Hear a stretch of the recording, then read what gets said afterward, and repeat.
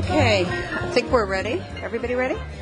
Okay, we're going to call the Santa Barbara City Council meeting of May 20th, 2008 to order. Will you please stand to say the Pledge of Allegiance? I pledge allegiance to the flag of the United States of America, one nation, republic for which it stands, one nation, under God, indivisible, with liberty and justice for all. I'm trying to go too fast.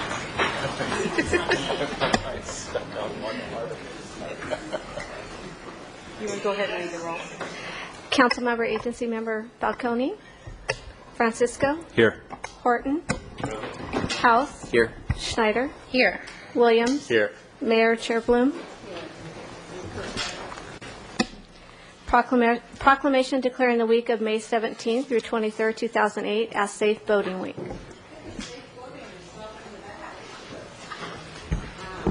You come. Hi.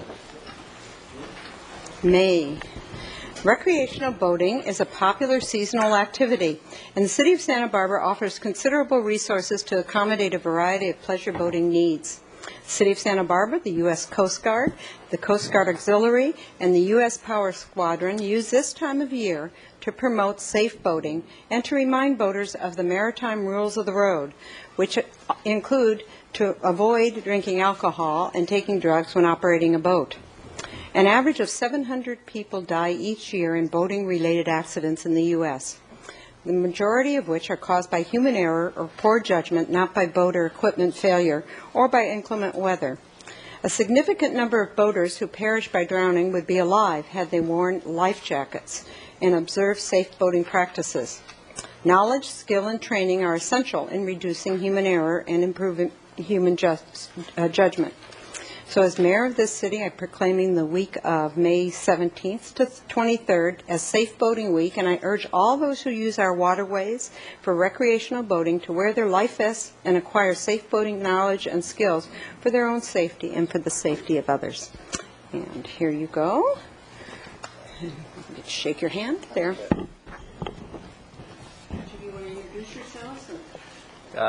My name is Steve McCullough. I'm the Santa Barbara Harbor Patrol Supervisor, and just wanted to make a couple points to the public. Before you go out boating, make sure you've checked the weather, know what's going to happen out on the sea that day.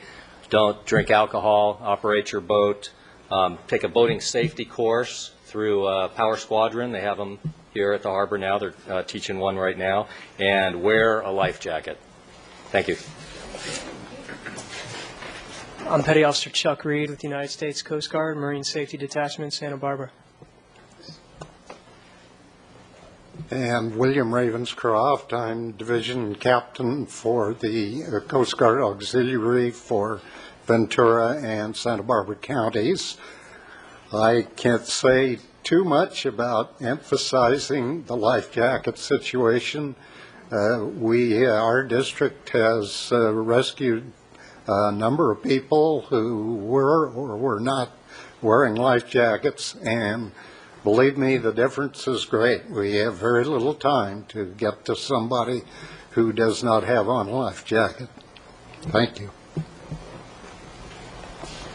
Hello, my name is Richard Stull. I'm the commander of the Santa Barbara Sail and Power Squadron, which is an affiliate of the United States Power Squadrons.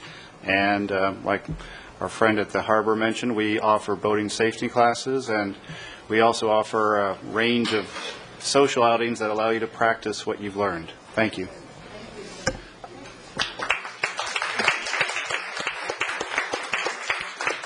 Now, Madam Mayor, I only have one objection. For a lot of people, boating is not a seasonal activity, especially around here, and if you really love the ocean, you go out there all the time. But we really appreciate the work that the Coast Guard and the Harbor Patrol does to keep people safe out there.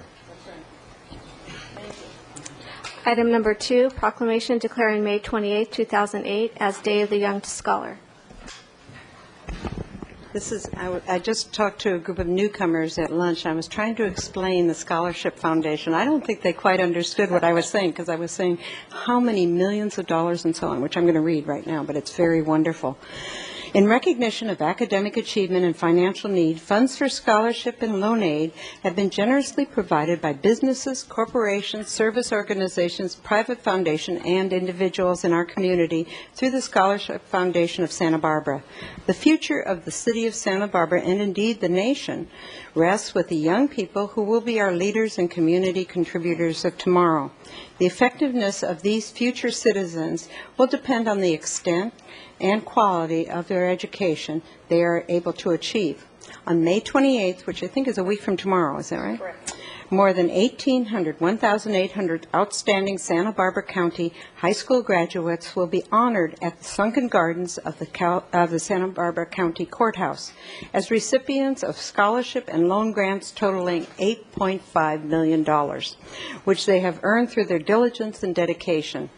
So we're going to name May 28, 2008, as the Day of the Young Scholar in the City of Santa Barbara, and we commend the Scholarship Foundation of Santa Barbara and the Santa Barbara Foundation for their support of higher education for the young people of this area. So thank you so much. Thank you. Yeah. You're welcome. Madam Mayor and the council members, thank you. It's an honor to accept the proclamation on behalf of the Scholarship Foundation of Santa Barbara and the Santa Barbara Foundation. We have a Scholarship Foundation. We have a 45-year history here in Santa Barbara, starting on our 46th year soon. And we've always been pleased to enjoy the support of the council. We very much appreciate that in helping us make an investment in local youth.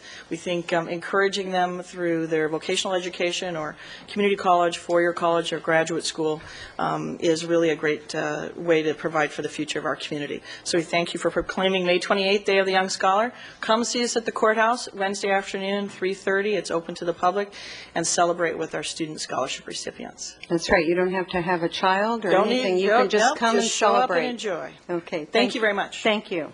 We'll all be there. Are there any changes to the agenda, Mr. Armstrong? No, there aren't, Madam Mayor. We may want to at some point look at one of the closed session items, but I want to talk with the staff more on that to continue. Okay. Yeah. Okay. We have several people who would like to talk to us, and that's fine. We'd like to hear what you have to say. We'll start with Bubba, and the second one will be David Wass. Bubba, you left your chair downstairs. I didn't leave my chair downstairs. I couldn't bring the damn chair up here. Well, you did last time. Because I had help, and we had to maneuver it in there, push it all around. Now I have to get off the damn thing in order to get it in there. Well, you didn't have to do much, Bubba. Yes, I do. You need to Yes, I do. ask for help I have sometimes. to do way more than I should be doing. Well, he'll use the one over there.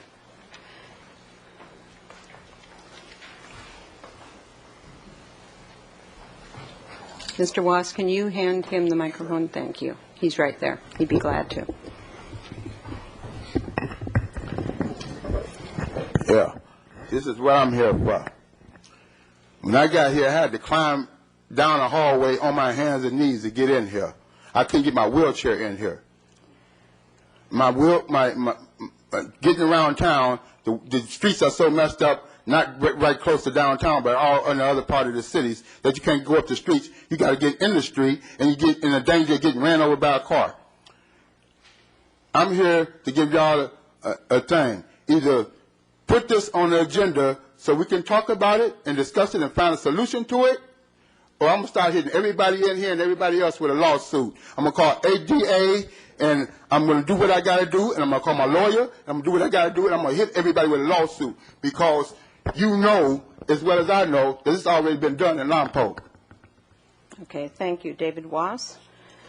Will be followed by Leonicio Martins.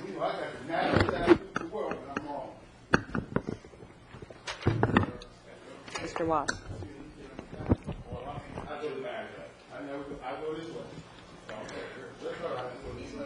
Madam Mayor, members of the City Council, and members of the concerned public.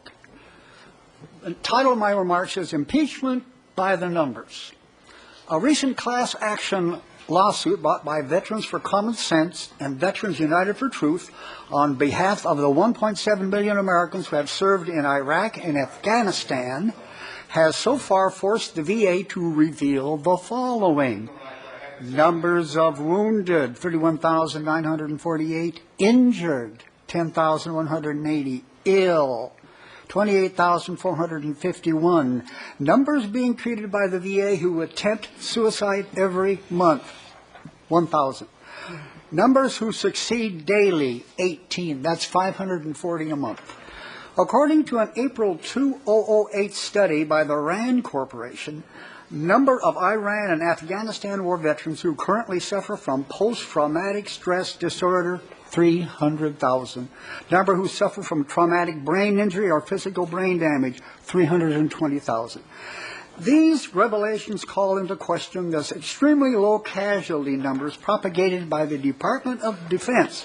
Just what is the true number of deaths suffered by our soldiers in Iraq and Afghanistan?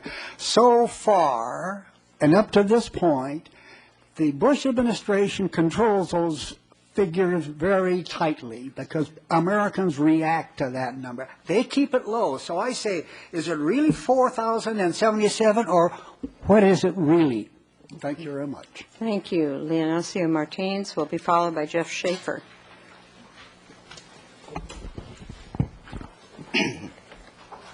I call on the Santa Barbara City Council to pass the following resolution to impeach President George Bush and Vice President Richard Cheney. George Bush and Richard Cheney conspired with others to defraud the United States of America by intentionally misleading Congress and the public regarding the threat from Iraq in order to justify a war. George Bush has admitted to ordering the National Security Agency to conduct electronic surveillance of American civilians without seeking warrants from the Foreign Intelligence Surveillance Court of Review. George Bush and Richard Cheney conspired to commit the torture of prisoners, a violation of the Federal Torture Act. George Bush and Richard Cheney acted to strip American citizens of their constitutional rights by ordering indefinite detention without access to legal counsel, without charge, without the opportunity to appear before a civil justice officer to challenge the detention, based solely in the discretionary designation by the President of the United States citizen as enemy combatant in our supervision of the law. In all this, George Bush and Richard Cheney have acted in manner contrary to their trust as the President and Vice President, supervisor of the constitutional government to the great prejudice of the cause of the law and justice, and to manifest injury to the people of Santa Barbara and to the United States of America. George Bush and Richard Cheney, by such conduct, warrant impeachment and trial, and removal from office, disqualification to hold and enjoy any office or honor, trust, or profit under the United States. Thank you. Thank you. Jeff Schaefer will be followed by Nancy Tunnell.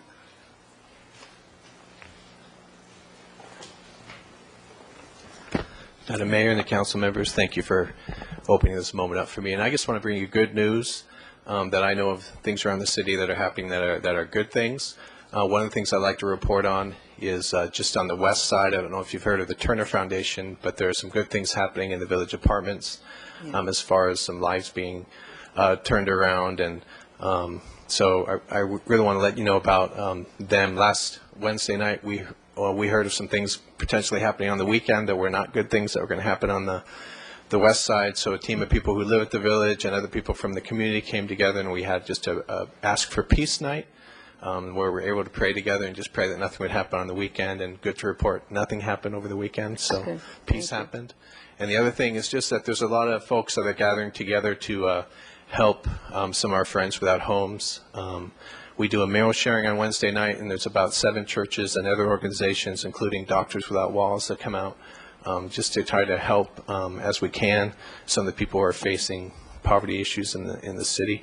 So I know sometimes you don't get good news, so I just want to bless you in the name of the Lord. Amen. Thank you very much. Nancy Tunnell, followed by Phil Walker. It was just 4 weeks ago I brought your attention to the extended bulb-out curb at Chapala and Gutierrez.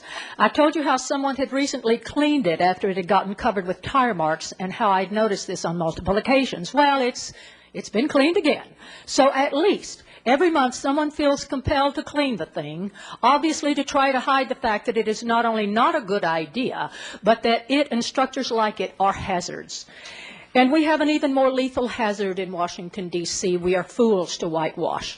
Remember, the same neocons in power had their own covert network during Iran-Contra, willing to thwart the will of Congress and do the bidding of a radical cabal.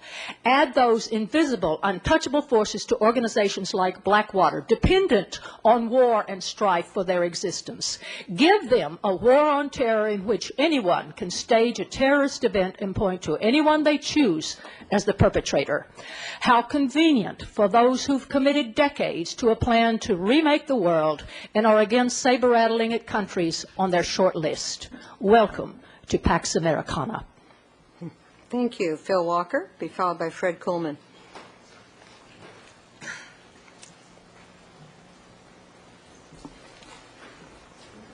Mayor and City Council, I just wanted to bring another heads up to seismic preparation.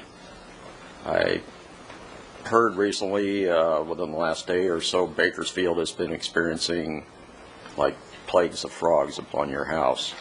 They had the same occurrence in the epicenter zone in China. It's time people really get prepared and be ready, and I think the city really needs to take a more proactive approach on seismic prep. That's all I tend to say. One thing from Mr. Williams, how much said can a watershed shed? Said as in sediment. Thank you. Fred We'll Coleman. find that out later, right?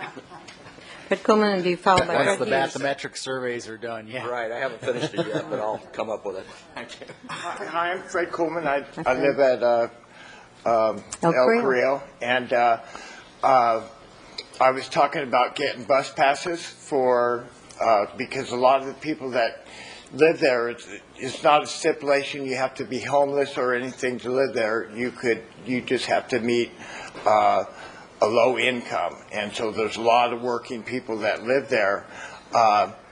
And I found out that there's a lot of grants, government grants out there through the state of California, because I don't want the city to have to keep paying out, and if we could get a grant for it. And I found a grant writer, Mrs. Snyder knows her, Sue Clark, and she would love to work with you. If I could I get your email address and your cell phone, your phone number, and I have to leave early, so I have to take and get that. But so can I go ahead and proceed with this? Yes. It's not, we can't do any action up here on something that's not on our agenda. Right. Yeah. So I could go ahead and You can get her phone number. Okay. You go How to many the. units are you planning on building without parking? Because actually we're getting a lot of cars off the street, and the state of California, I think we're setting a precedent by having housing without parking, which is great for the lower parts of State Street, different small lots that wouldn't fit, but might fit 5 studio units without parking. I think it's a wonderful idea that you thought of, and I think you really are setting the precedent. Good. So, Okay, thank you very much. Keep working on this, and I'll let you know every week. Okay, thank you. Brett Hughes will be followed by Mr. Pennington.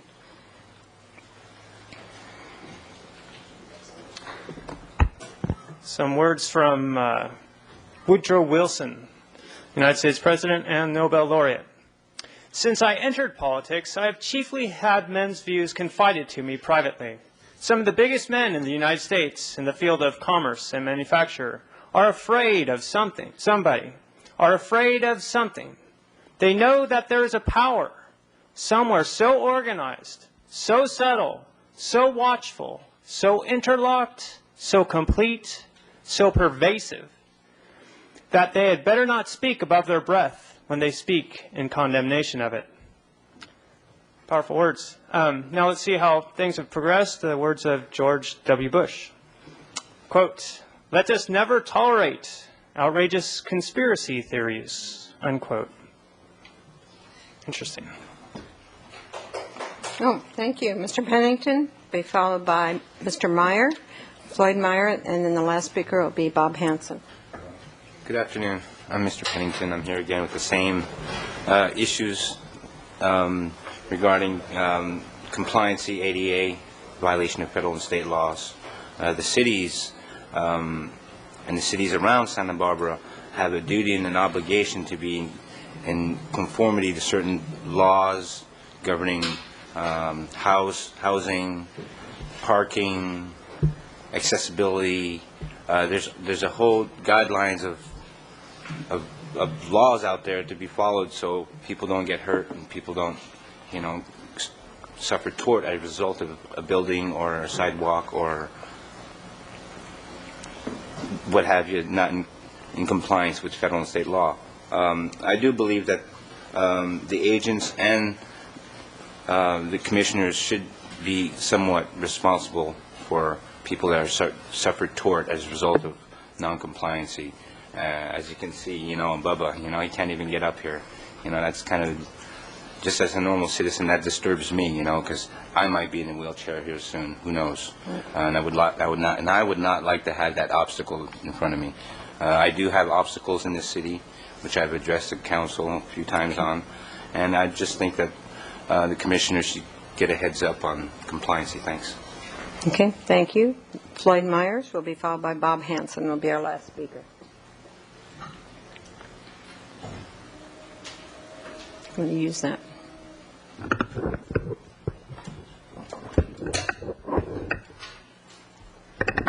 There you go. I don't know what your time limits are on this. About a minute. It's pretty hard for me to get what I need to say in a minute, and I would appreciate your graces. There are a number of issues, some of which I spoke to Mayor Bloom personally about. It's the Placentia Street, which is unpaved and a real mud hole when it rains. And the street as it's used now is all on airport property. So the people that live on the south side of it can't put any asphalt or anything on other people's property because it costs you more to dig it up and restore it than it would cost to seal it. And so you got to get permission of the people that own it, and the city owns that property, and we can't get anything done about it. So having said that, you got a parking ticket situation in here where no exempt vehicles get parking tickets, among other things. And you got a little red zone up there in front of the district attorney's office that they use for parking exempt vehicles and don't get tickets for it. And that robs the people that have to scramble for parking places of parking places they need.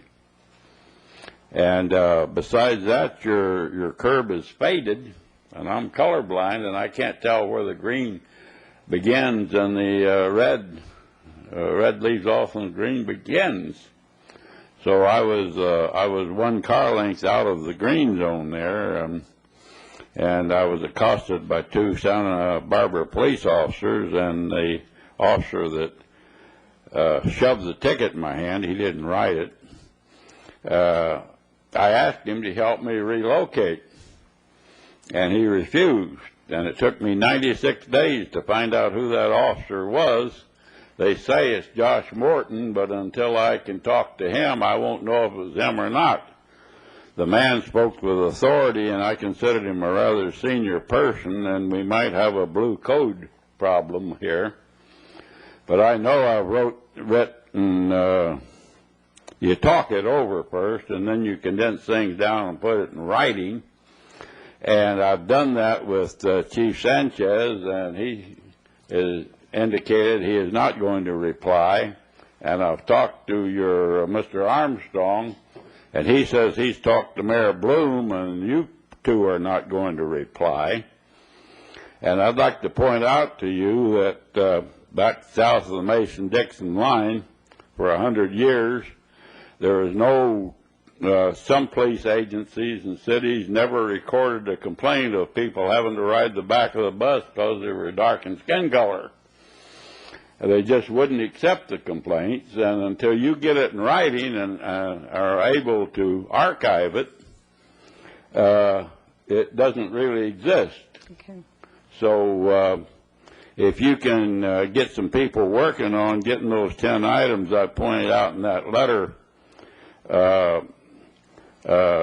response in writing, I can't tell you how to run your job, but I do at least written documentation of it. Okay. And having said all that, I want to leave you with a parting thought that I'm a retired aviation electrician, United States Navy, and I understand flight controls, and those planes that hit that tower, the World Trade Center, were under ground control. And the real criminals, the ones that stole the gold under there. Now, some people in the know shorted a bunch of stock and made a lot of money when the stock's depressed, and the government knows who they are, but they're not telling us. Okay, Mr. Meyer, our rules are 15 minutes for public comment, and it's already been 30. I'll leave you with one parting thought. I wasn't in on the know, so all I could do is follow up, and I'd sold some property for 20 times what I paid for it, and you shouldn't give poor people $500,000 tax-free. And I took my half of that and bought gold bullion coins, and they've tripled in price. Okay. And the government still hasn't admitted that gold is gone. And the best thing that this council can do is ask Governor Schwarzenegger to bring the National Guard home, because all this Al-Qaeda business is a farce. Okay. Take care now. Thank you. Bob Hanson.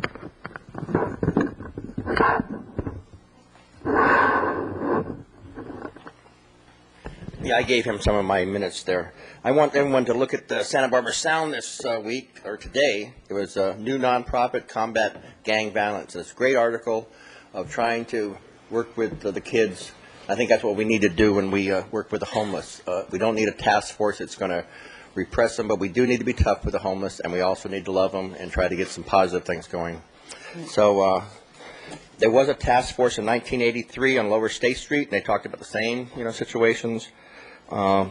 They're giving whistles out to ladies over at the shelter and telling and giving them flyers. I think it's an emergency situation. You should really open up some beds, emergency, right now for those ladies, instead of playing a game with whistles and flyers, and that's an emergency. But you're not going to do anything about it. But anyway, thank you.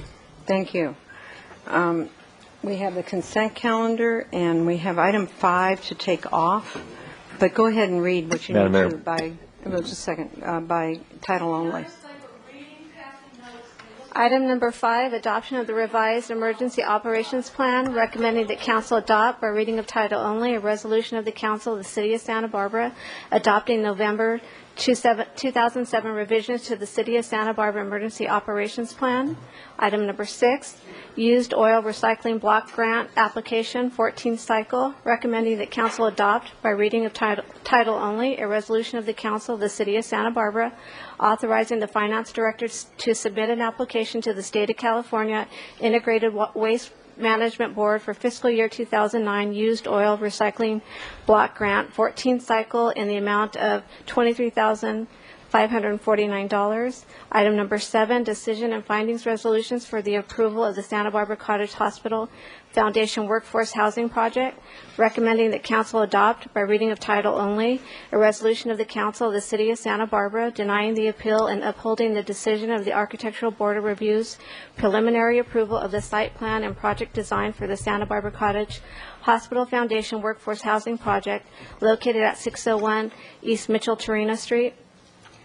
Item number 13, set a date for public hearing regarding renewal of levy for the fiscal year 2008-2009, an increase in the levy by Consumer Price Index for the Wildland Fire Suppression Assessment District, recommending that council adopt by reading of title only a resolution of the council of the City of Santa Barbara declaring its intention to renew the Wildland Fire Suppression Assessment District within the foothill and extreme foothill zones, declaring the work to be of more than general or ordinary benefit, and describing describing the district to be assessed to pay the costs and expenses thereof, preliminarily approving the updated engineer's report, stating intention to levy assessments for fiscal year 2008-2009, and establishing a time of 2:00 p.m. on Tuesday, June 17, 2008, in the City Council chambers for a public hearing on the Wildland Fire Suppression Assessment District. Item number 14, set a date for public hearing regarding parking and business improvement area annual assessment report 2009, including recommendation B, that council adopt by reading of title only a resolution of the council of the City of Santa Barbara declaring council's intention to levy parking and business improvement area assessment rates for the 2009 fiscal year at a public hearing to be held on June 3rd, 2008 at 2 p.m. Okay, and from time to time on the consent calendar, we'll find an item that's real close to our house and we can't vote for it or against it, either way. So I know there's a couple items there for Mr. House and Mr. Horton. So I just was told, and trust me, this is my 13th year. The first 12, I didn't do it this way, but I understand we don't have to take them off the consent calendar. When we vote on the consent calendar, we can, vote, and then you can abstain on item, whatever it is. Okay, and that works so much easier for me. Okay. But we had item 5 that we wanted to take off. Are there any other ones we need to take off? Okay, right. Okay, right. Good. And that works. So item 5 is adopting the emergency operations plan, and I think that was Mr. House who wanted to do that. And Madam Mayor, also, okay. I gave you speaker slips for items 11 and 12, right. And Mrs. Self-Winster. Okay, and I've got that. Okay, we'll do those next. And Madam Mayor, I just asked for number 5 to come off. This is the adoption of revised emergency operations plan, which is this great big binder full of amazing things. And I'd asked on the phone Ms. McGlinchey to help me understand what the revisions might be, what the scope of that was, and she gave such a concise and clear explanation. I wish that she would do it for all of us. Okay. So thank you very much for coming. That was good at lunch to think those off the top of my head there. But you did very well.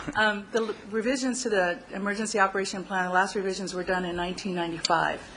The plan under state law needs to be revised every 5 years, and so we're a little behind. So we were able to get it revised.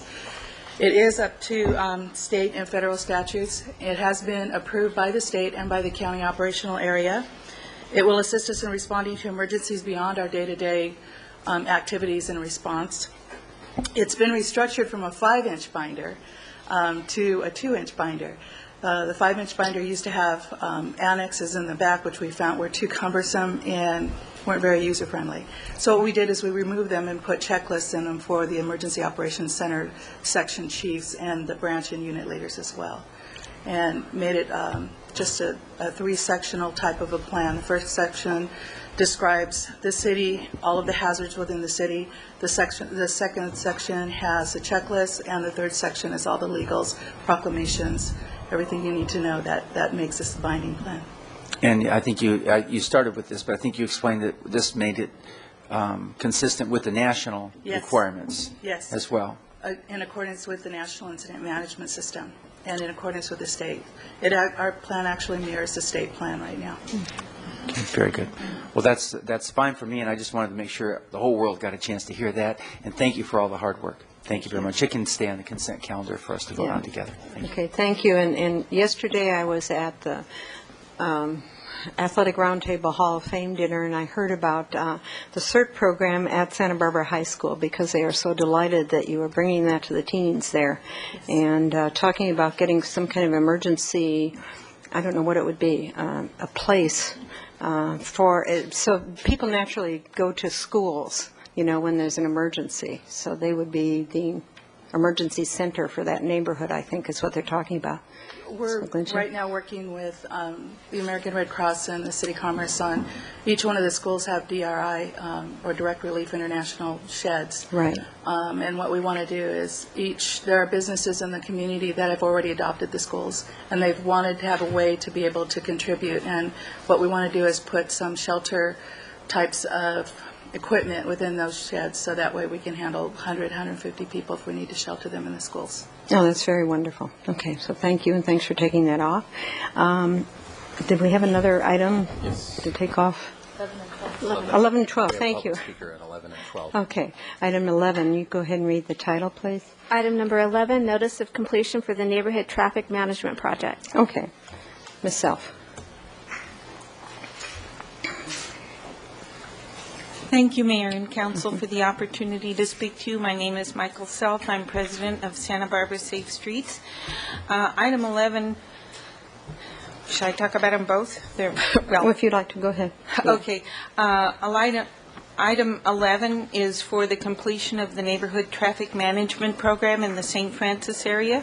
We've watched this rather carefully, and we're asking that before you accept this on the I'm not sure what the procedure is, but before it's adopted as it is, we're asking you to do an audit of the costs attributed to this project, because in looking over the figures, they're not correct. I have something here, I believe, for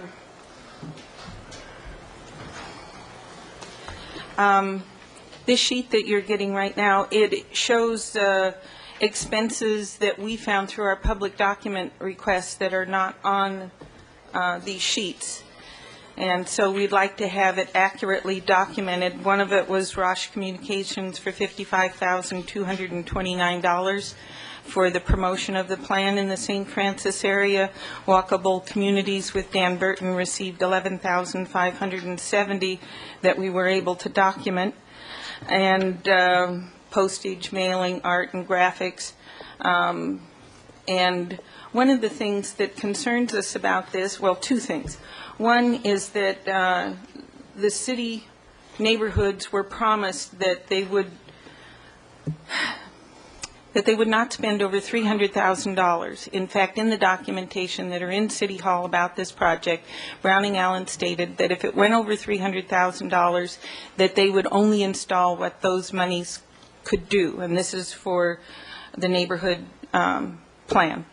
The Safe Routes to School had a grant of $450,000, and yet the total expenses that don't include the miscellaneous is almost $700,000. So we feel that an audit is necessary so that the accurate costs are assessed to this. And then the other really disturbing part of this, and I think the community should be very annoyed that we have obstacles in our roadway that we're not only paying with our Measure D funds that are supposed to help our mobility, is that now I see that utility tax funds are going to be used for these projects. It states this on the PDF files. Budget and financial impact. The project was funded by local Measure D and utility users' tax funds. Now, I know this is coming up for vote pretty soon, and I think the citizens are going to be real unhappy if they feel that their utility tax funds is now going to be funding traffic calming, which is... But in the charter, in the city charter, it says our utility users tax, 50% of it is used for streets and street repair and and that doesn't just all mean slurry sealing everything. Right. When you spoke about it, I'm confused as to why you're unhappy. Well, when you're on your radio show, if I'm understanding you correctly, with the previous funds that were for the utility tax, that they were used for underground utility and that there were street expenses there. Now, I may have understood that, and I'm glad for the clarification. Yeah, I didn't say anything like that. No, I think I can help too. Can you? It's not Good. because I'm Help. extremely brilliant, it's just because You're seeing we happen through to this. be talking about this exact subject in our ordinance committee Okay, meeting today. good. We do not have that in the charter. That was, Yeah, you but per ordinance. And right now, we're making revisions to the telecommunications portion Oh, of that's that why, yeah. ordinance. Okay. It's not in the charter. But not to the rest of the UUT. Council, somewhere back there in the Stone Ages decided that we were going to use 50% of those funds to streets. Right. And that had a sunset period for 10 years, but then the council in the 80s said we're going to get rid of the sunset provision, and now it's just a continuing authorization that council has essentially made it to staff to do that.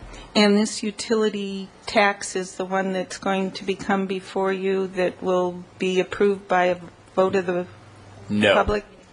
No, This is the a only different- part that's being modernized is the telecommunications portion, Okay. which is being drawn out from that and modernized, and it will not actually be mandated to be used for that, though we'll probably continue to use 50% of that for streets. We don't call it an improvement. My personal opinion. I don't think I said improvement, modernization of the tax. The issue is that right now, you having a landline, you pay 100% of the tax, but some 20-year-old that likes to use voice over IP pays none of the tax, and that's not exactly fair either.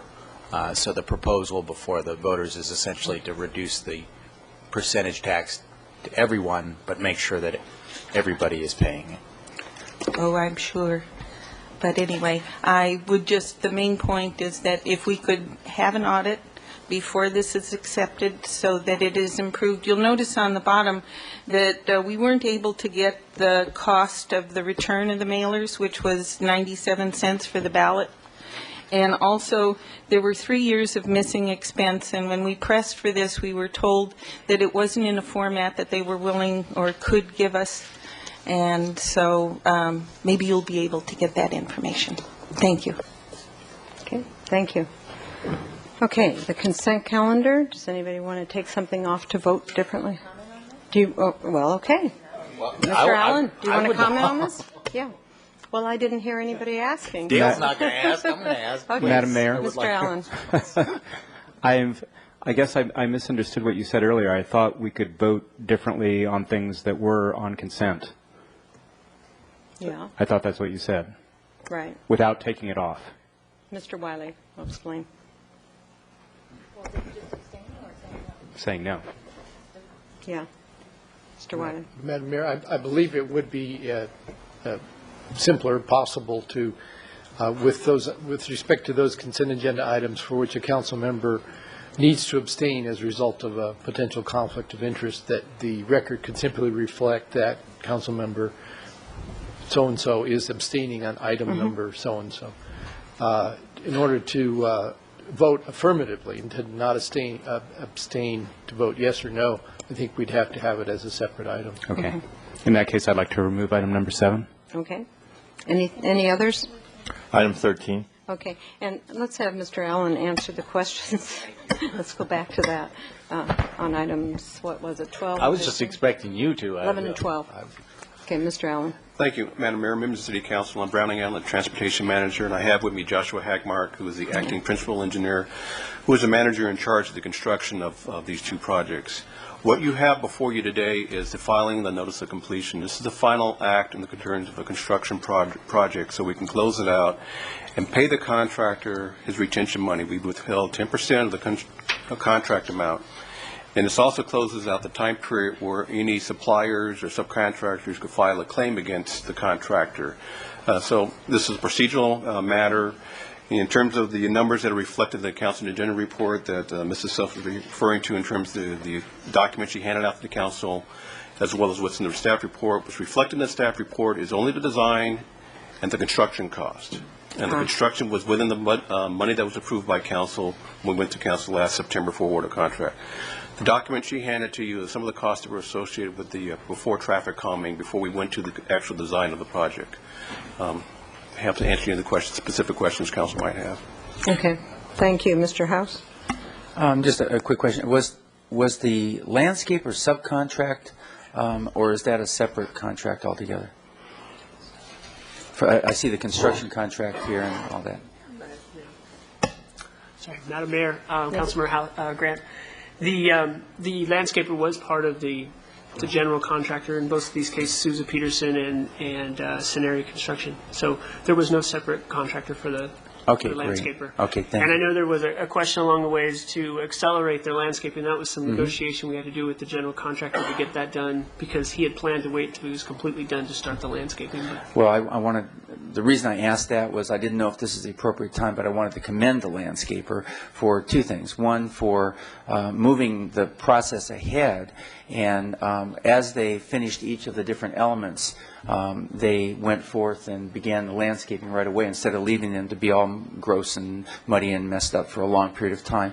And I know the neighbors appreciated it. But the second part is they're really coming out nice. I mean, they're beautiful, and it's just I've had people comment to me how much they really appreciate that. So thank you very much. If you'll pass that along to the person. I certainly will. You know, feedback like that's great because they did take the work out of order, which obviously isn't as efficient for them. And, you know, I kind of played the heartstrings for them and said, hey, you know, this really appreciated. You know, we do a lot of good business with your company, and certainly it's this confirmation is good to hear.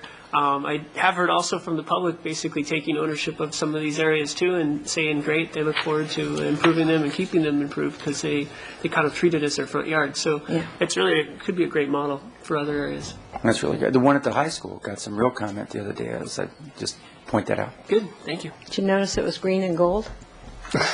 It is. That's where the theme came from. Yeah. That was by chance? You did a good job. You didn't know what the high school colors were, and you did that. Oh, that was, no, you did a great job. I loved it. Okay, Mr. Williams. I'd like to move consent calendar with the exception of item 7. Is that okay? Okay, all those in favor, please say aye. Aye. Aye. Opposed? Aye. Abstain? I have to abstain from 7 and 13. Okay. And I have to abstain from 13. Thanks. And I have to abstain from 15.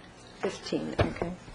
Due to my residence being next to the property, close to the property, that's why I'm abstaining to number 15. As long as we've been talking about the abstaining as a result of potential conflict of interest, I just wanted to remind you the law, as of about 5 years ago, does require you to state your reasons, such as due to the proximity of this project to my home. I abstain due to the proximity of my residence to the items involved. Okay. Because I'm in the Wildland Fire District, I couldn't get closer than that. Okay. Does that help you, Cindy? Did you get it? Okay, thank you. Thank you. Item 7, then, do we have a motion? We haven't voted yet. Oh, yeah, we did. We voted. Oh. Are we confused today or what? Yep. It was item 7 that we haven't voted on. I'll move item 7. Okay, is there a second? All those in favor, please say aye. Aye. Aye. Opposed? No. Okay. Any abstention? Yeah. Abstain. Yeah, for the same reason. Thank you. Sorry, I didn't mean to be confusing there. We're on to report from the Finance Committee. Mr. Horton. Thank you, Madam Mayor. Finance Committee met today at noon, and Madam Mayor joined us toward the latter part of the meeting today.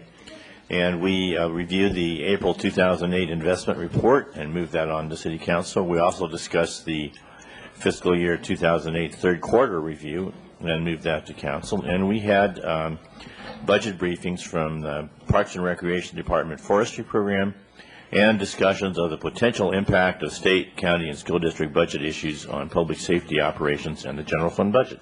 Okay. And I want to commend the Finance Committee because you're doing a lot having to do with the budget. You know, we think we just present it here and we don't rubber stamp it at all. I mean, that's quite true. Okay, there you go. So good for you. Ordinance Committee, Mr. Williams? Well, today we had the third hearing on the modernization of the UUT telecommunications portion, mostly at the request of Cox Cable. Cox Cable was not able to attend, but they did send a note. I think we have complied with really the reasonable requests that have been made in terms of reflecting and clarifying in the ordinance that Internet access will not be charged. That's already federal law, but we want to reiterate that with our state or with our local laws. Will not be taxed. Yeah, that it will not be taxed, Internet access. The question, of course, is what is, and that is things that are comparable to phone and telecommunication services that are already currently taxed, but people have figured out technology ways around, such as voice over IP and other things. Okay, thank you. We are on to item 21. And are you sending that to Council? I'm sorry. Sending that to Council. Okay, thank you. Either the 17th, the 24th, or when we can schedule it. Yeah. Okay, good. Okay, item number 21. Item number 21, introduction of ordinance for rezoning of 319 North Milpas Street, recommending that council introduce and subsequently adopt by reading of title only an ordinance of the Council of the City of Santa Barbara, amending Chapter 28.12 zone map of Title 28 of the Municipal Code pertaining to the rezoning of property at 319 North Milpas Street. Okay, Ms. Weiss? Get you all a microphone up Thank you. there. Yeah. Project planner Peter Lawson will give the report as soon as I can give him this microphone. Okay. We had a microphone we were having trouble with. I think that's the one that's on the floor, so we don't want you to bend over on the floor. You can actually have a microphone. And there you go. Mr. Lawson. All right. Thank you, Madam Mayor, members of the council. The project today, as read in the record, is for a zoning amendment, map amendment located at 319 North Milpas. Project site can be found between Montecito Street and Gutierrez, fronting on Milpas. And the current development on site right now is a mixed-use building consisting of 2 apartments and 1 commercial use below. The Planning Commission had approved on January 17th a single lot subdivision to convert the condominiums to 3 units and to recommend to your council a rezone of the site. Currently, it is partially zoned C2 and M1, and the new designation will be all of C2. A quick history of the site. Prior to 1993, it consisted of residential development. In March of 93, the present development was approved, and in January, the tentative map was approved by Planning Commission, and a zoning amendment was supported. The general plan designation is industrial. It does extend all the way up to Dakota Street. From the freeway down up to Dakota Street, and the zoning for the entire western block extending from the Union Pacific tracks up to Cannon Perdita is C2 along the western side of the Milpas corridor.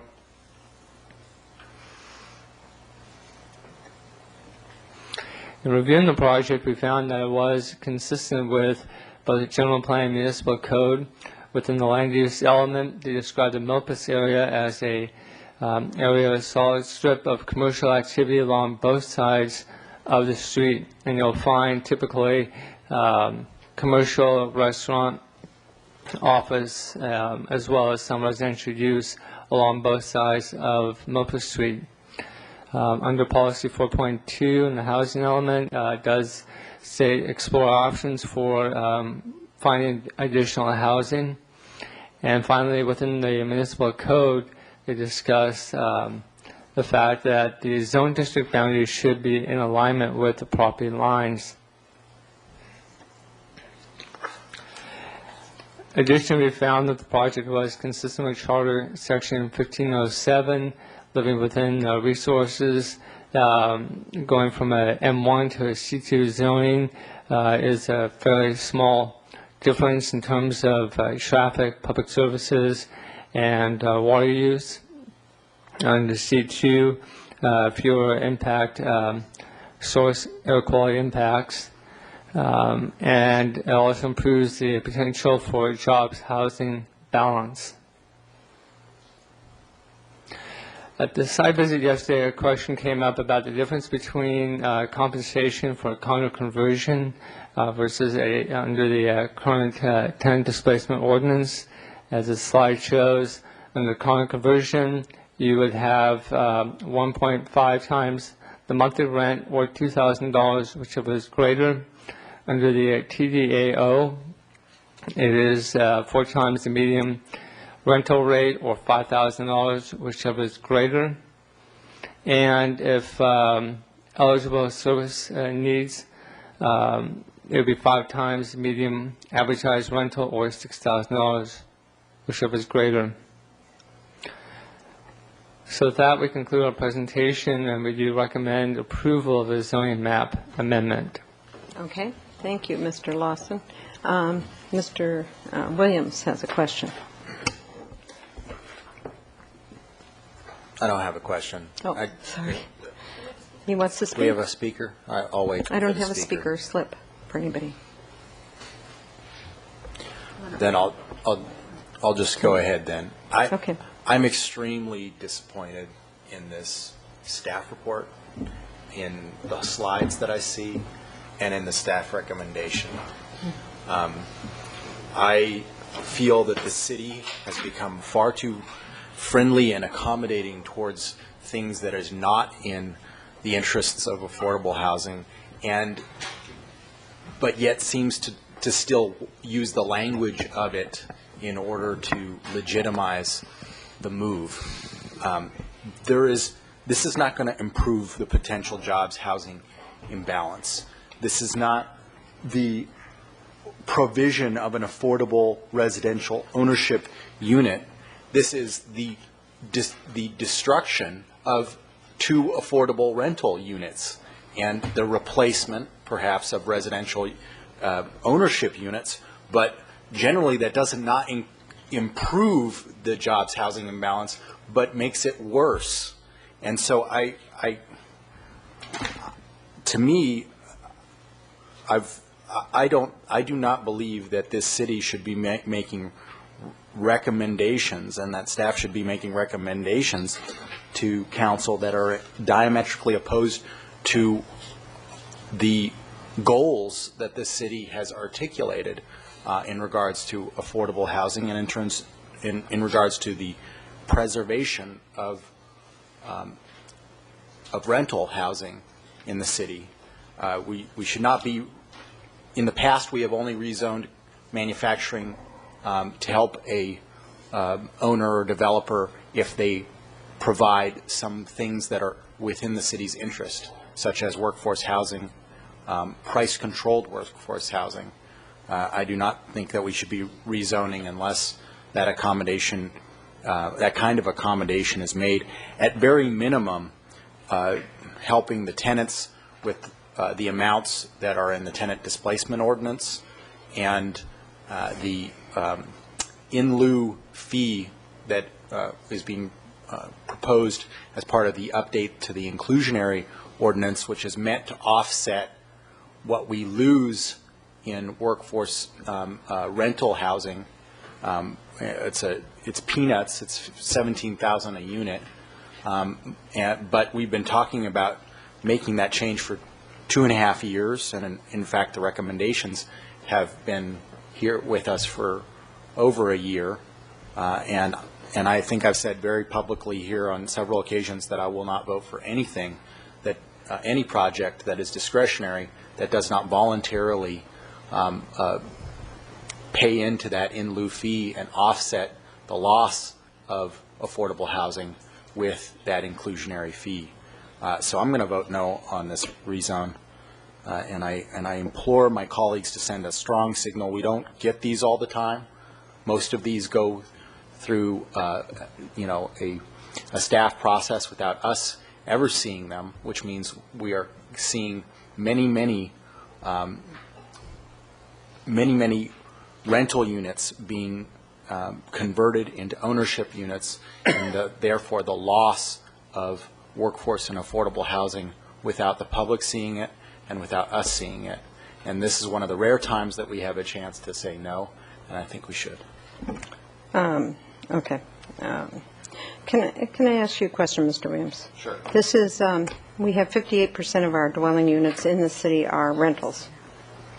And that's up from, it used to be like 51-49, now it's 58-42. That's quite a difference. In addition, did you go over there at all? Because it's the line that we've drawn for the rezone doesn't work there. I know it's a small part of the property, and I'll answer your question by asking another question. When's the last time you've tried to rent a place in this town for a reasonable amount?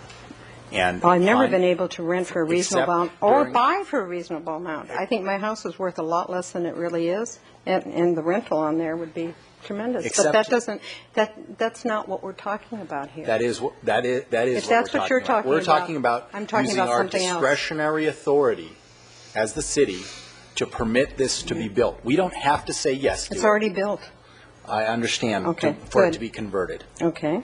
Right now, it's residential, it is rental units, and it is being proposed to be made ownership units. Mm-hmm. That is, I would argue, not in our interest. Now, you might argue that whether or not it's in our interest, but you can't argue with the fact that it's not creating more affordable housing, it's actually making less affordable housing. We know that the people who occupy residential ownership units tend to have higher incomes than the people who occupy residential rental units. And I think at 85 North La Cumbre, many of us realized that there was a problem, and that and several of us here promised to do something about it, even if you said that you couldn't vote to uphold that appeal. You promised to do something about it. This is an opportunity for us to send a signal and do something about it now, 2 years after that occasion. Okay. And I understand what you're saying better now, but I differ with you, and you have to know that. And sometimes I'm not sure you know that, so I'm just going to tell you I differ with you, and I will talk later. Mr. House. Well, I just have a couple questions right now. One of them is, so what is the, which one of those kicks in? The tenant displacement ordinance kicks in? No. Because nothing's being, for 2 units, it's too low below the threshold?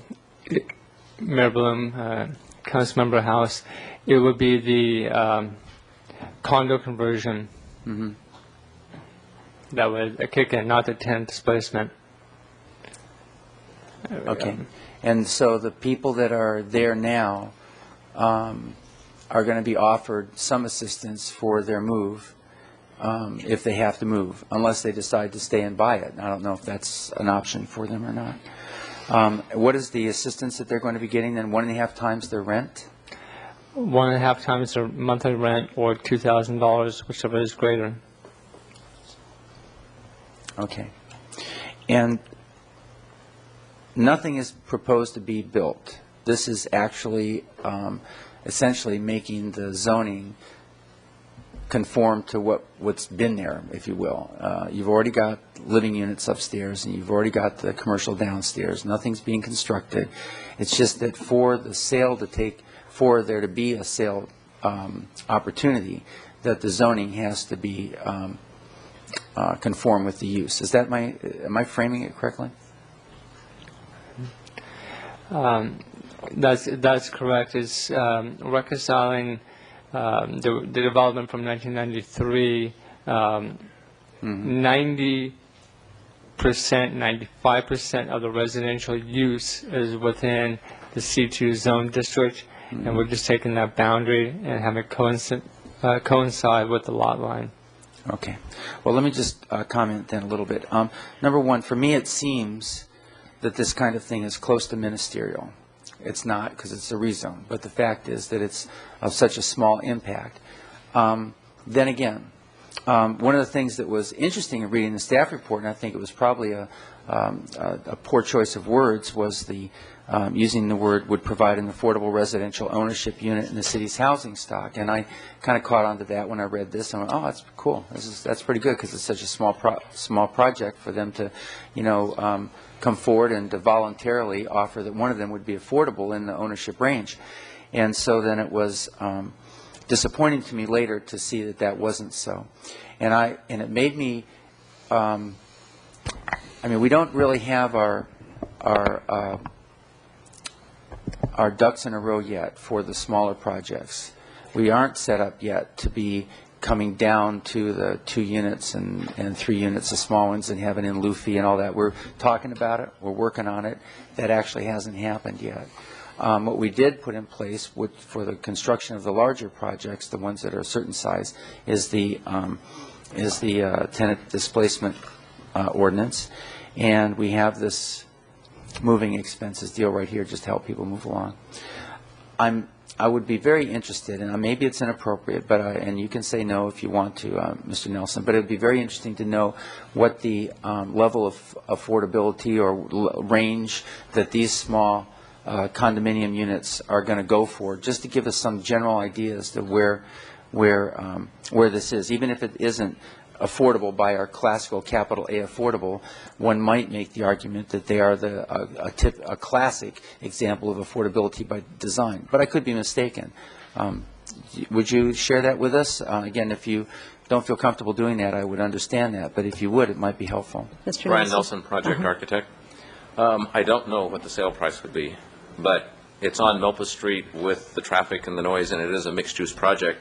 And I don't know if there's that small. I mean, we have the large projects around town. How large are these units? These units are, I don't have it off the top of my head. Can the staff help me on that? It's in here.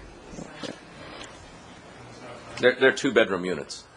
They're two-bedroom with a living room, dining room, kitchen, large space. And they have small balconies outside that meet the minimum ordinance. Yeah. But we don't have any ground space, for instance, in this case. So it's not like you're having a common area and all those things. We meet the ordinance for condo conversion. So I don't know what the price would be, but these are not huge units. It's 907 and 961 square feet. 907, 961. Thank under you. 1,000 square feet. All right. Okay, thank you very much. So, yes, Ms. Weiss. Madam Mayor and Councilmember House, we need to clarify that the Planning Commission, in looking at condominium conversion projects, and I think the staff recommendation, we weren't certain which code to apply, but it has become more of a standard through the discretionary approval to apply the greater of the two moving assistance. So actually the conditions of approval that the Planning Commission imposed and the applicant did not object, there was no appeal, reference the tenant displacement ordinance. So it would be the greater amount of money in the tenant relocation assistance.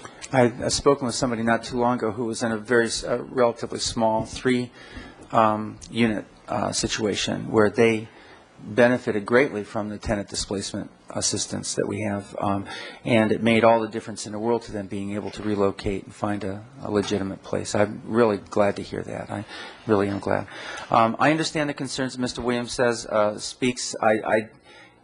Maybe I've just too long disciplined myself not to just be sort of to seize a moment like this and make a great statement with it, but I just see this as a very subtle and small change.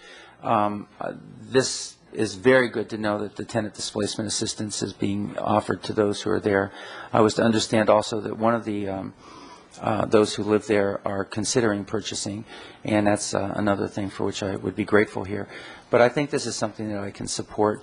In the larger scheme, however, and I think the larger scheme is the way to look at this, quite honestly, programmatically, as Ms. Weiss might say, and that is that we really need to continue to work hard at getting the smaller projects caught in the net, if you will, so that we're able to if there's going to be a change like this, that there's a community benefit that is offered, and it's the increase in value of the property then is appreciated by the community at large. So I will be supporting this today. Okay. Mr. Francisco? Thank you, Madam Mayor. Madam Mayor, I agree with you that we have a lot of rental housing in Santa Barbara. That seems pretty clear. And speaking as a renter myself, I can also say that the relative cost of rental housing in this town, considering the cost of buying a house, is actually very reasonable compared to most of the markets I've seen. Sorry? Don't tell the owners, please. I'm sorry, it's true. Now, as far as I can understand, what's going on here is a very, very, this is almost pro forma. What happened was, when this project was originally built, the fact that the rear portion of the lot straddled a zone line was missed. This project is already built. somebody's doing a condo conversion, and in order to make this transaction possible, when they noticed that there was a mistake that had occurred years ago, we're cleaning it up. That is the sum total of what's going on here. And as the developer, or as the developer's architect also pointed out, these are very tiny residential units in what I think most people would regard as a relatively undesirable location. We are providing, if you will, by this minor act, a home ownership possibility in Santa Barbara for people of relatively modest incomes. These are not Montecito mansions. So I understand Mr. Williams' concerns. I don't really think it's applicable in this case, and so I think we should just finish this. Okay, Thank Mr. you. Horton, and then Ms. Schneider. Well, thank you, Madam Mayor. I wanted to say for the record that it shows that I did not participate in the site visit, but I was at a First Five Commission meeting out of town, and I did go by the unit myself later that day, so I did make a personal appearance. I am totally sympathetic with what Mr. Williams is talking about, so much so that I helped to found the Santa Barbara County Housing Trust Fund, whose sole purpose is to provide more workforce housing for our community, and we have been fairly effective to date in doing just that. However, to me, I think Mr. Francisco and Mr. House have said that this is really more of an administrative matter in this case, and so I will be supporting the recommendation. But I do agree with what Mr. Williams says, and I think that we need to refocus our efforts along the line of what he has said today. Thank you. Ms. Schneider. Thank you. Why it's up here, and I think we all know this, is because it's a zone change. So, I mean, that's otherwise it would have been a staff hearing officer condo conversion piece. A question. One is the condo conversion ordinance that's been talked about at the Housing Policy Steering Committee. Probably last summer was the last time we talked about it, and the main purpose of that update was to align the tenant displacement assistance ordinance, the condo conversion ordinance, to the new numbers of where is that? Because it's been 9 months or something like that since anyone's up here anyway has seen it. Madam Mayor and Councilmember Schneider, it's about where we left off at that last discussion, where we were reviewing other possible changes to the condominium conversion ordinance. We, staff, had an interest in changing just this one section, but the council, or the housing task force, and the city attorney actually had a number of concerns. And so it was the Housing Policy Steering Committee. Okay, 3 council members, 3 planning commissioners. I'm not sure, did we ever make it to the ordinance committee? No. It was just the Housing Policy Steering Committee? Not as far as I know. Okay. Unfortunately, I think we'd actually have a fairly significant overhaul of the ordinance based on the direction from the city attorney that would remove a number of standards and such. And so anyway, it did get stalled out behind some other ordinance work that we've been doing. So I think in the interim, what we have adopted as more of as a general rule is applying the greater dollar amount to the condominium conversion ordinance So projects that's part as of a this holding pattern. So as you mentioned earlier, that is part of this approval, which would be at least the displacement amount would be concordant with the updated ordinance, not necessarily the current condo conversion ordinance. Correct. All the other condominium conversion ordinance standards would apply, which some I think are more assistance in terms of conversions. Okay. And we're just applying this. Our hope is to bring that ordinance back through at some point. But again, I think working through the city attorney, the changes that may be recommended, we might lose some of the current provisions that we have now. Okay. The second question that Mr. Williams brought up had to do with the inclusionary housing ordinance and the in lieu fee for under 5 units or whatever that number was. He mentioned a number of $17,000 per unit. Is that an accurate number? Do we know what the number is? What's being proposed? There's nothing that's been obviously voted on yet. Right. My understanding is that the matter is going to be brought to the full council to register the 5-vote support, and then the ordinance would be drafted and returned to the ordinance committee. The dollar amount that was recommended at some point, that sounds about right, but Okay. again, that could be revised based on council direction. If that had already happened, then this condo conversion would have required that fee. Is that correct? We have applied our current inclusionary ordinance to conversions. It does apply specifically to condominium conversions. So my understanding is changes to it would also apply to conversions. But that's, again, a detail that it is hard to tell you that that is the case because we don't have council direction on the content of that ordinance. But we're about to. I mean, I guess, I get the losing the, if we were moving along, those two items were coming to council in the way that a year ago we thought they were, and at least getting voted on, then we would have had those rules in place. And so, in losing the 2 rental units into ownership units, this is the one time that the council gets to look at a condo conversion ordinance. So I'm curious if Mr. Williams, knowing, one, that the tenant displacement ordinance higher number is already a condition of approval, and if that changes things, and then the proposed inclusionary, when that comes back to us, what that number is, if that was included into this particular as a condition of approval, if that would work. Because I know with the argument with the inclusionary is that if you're building something, then if you add a fee, that's just going to add it on to the construction cost. Well, there is no construction cost here because the building's already been built. I understand that it seems pro forma in terms of the zoning change and correcting mistake from 1993, but at the same time, we can make zoning land use related decisions when it comes to, this is the only time actually we can make land use decisions related issues when condo conversions come around, in terms of what it means when you make a zone change and what that means to the zoning of the city as a whole. So I'll just put that on the table. Okay, Mr. Williams? Well, I want to vote no, but to be logically consistent and to be fair, yes, I would support it if the draft the draft changes to the inclusionary ordinance that the ordinance committee has approved. So there has been a vote on it already. Were applied to the project, which it's 17,000 and some change. I don't remember what the other figure is. Dave, can you tell us what you don't remember what the figure is? Okay.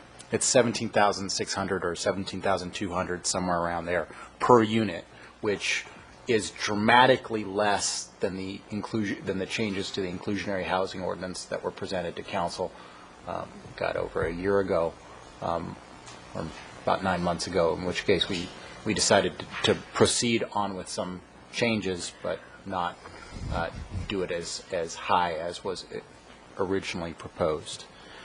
So I would support that, but otherwise I will vote no. Okay, Mr. House? This is a question, I think, for Mr. Wiley. Mr. Wiley, the project, we're just looking at the zoning change right now. Now, the project has to go through more process, or is this the final piece? Madam Mayor, Councilmember House, as I understand it, they've already received the approval of the Planning Commission for the condominium conversion. So the subdivision map and the condominium conversion permit have been approved. Those actions were subject to this rezoning by the council, because obviously only the city council can do a rezoning. And then I want to say it, I don't know how to ask it, but I'll just ask it in a dumb way, but if it were a condition of the council to honor this request, that the owner of the property were to contribute effectively $34,000 to our affordable housing program somehow, or to whatever, can we do that? I mean, it's like, I mean, is that a dual, is that, I mean, I know Mr. Williams is trying to help us, to come up with something that seems to balance these issues. But is that a discretionary kind of thing that we can just pop out and do, or is there some dilemma? Well, Madam Mayor, Councilmember House, the answer to that is not simple. And so my response, ideally would be pretty long and convoluted. But let me try to keep it short. This is a rezoning, and clearly that's a legislative act. That's not what the courts sometimes call a quasi-judicial act. As a legislative act, your discretion is as broad as it gets. As a practical matter, well, not a practical matter, as a legal matter, judges are not, under any circumstances, supposed to second-guess your legislative discretion. That's kind of a separation of powers thing. So when you decide to rezone or not rezone some property, or you say, I've got a concern about something that needs to be addressed before I go along with this rezoning. In this context, a concern about affordable housing or concern about the tenant getting some relocation assistance. I think you have the ability, the legislative ability, to condition your rezoning. So that's at the top of the scale. This project's a little bit more complicated because the rezoning is linked with the condominium conversion request, which is what quasi-judicial. To get to the point, there was a case, I think it's now about 15 years old, called Ehrlich versus the city of Culver City, where the Culver City City Council basically pulled some exactions out of thin air. It was pretty clear if you read the record. They had no nexus study. They had no report telling them that they should come up with it was called a recreational opportunity mitigation fee. Some tennis courts were being converted to condominiums, and they said, it's a shame to lose tennis courts, so we're going to assist this developer pay a recreational mitigation fee. And it was what the California Supreme Court called an ad hoc exaction. One-time exaction, they just thought it would be a good idea. But they really didn't have a record to support it. And it was not, and you used this term earlier, I think, a programmatic exaction. In other words, for example, an exaction that's by ordinance. For example, our inclusionary housing ordinance, our existing one, is a programmatic exaction. We actually had a nexus study that supported it.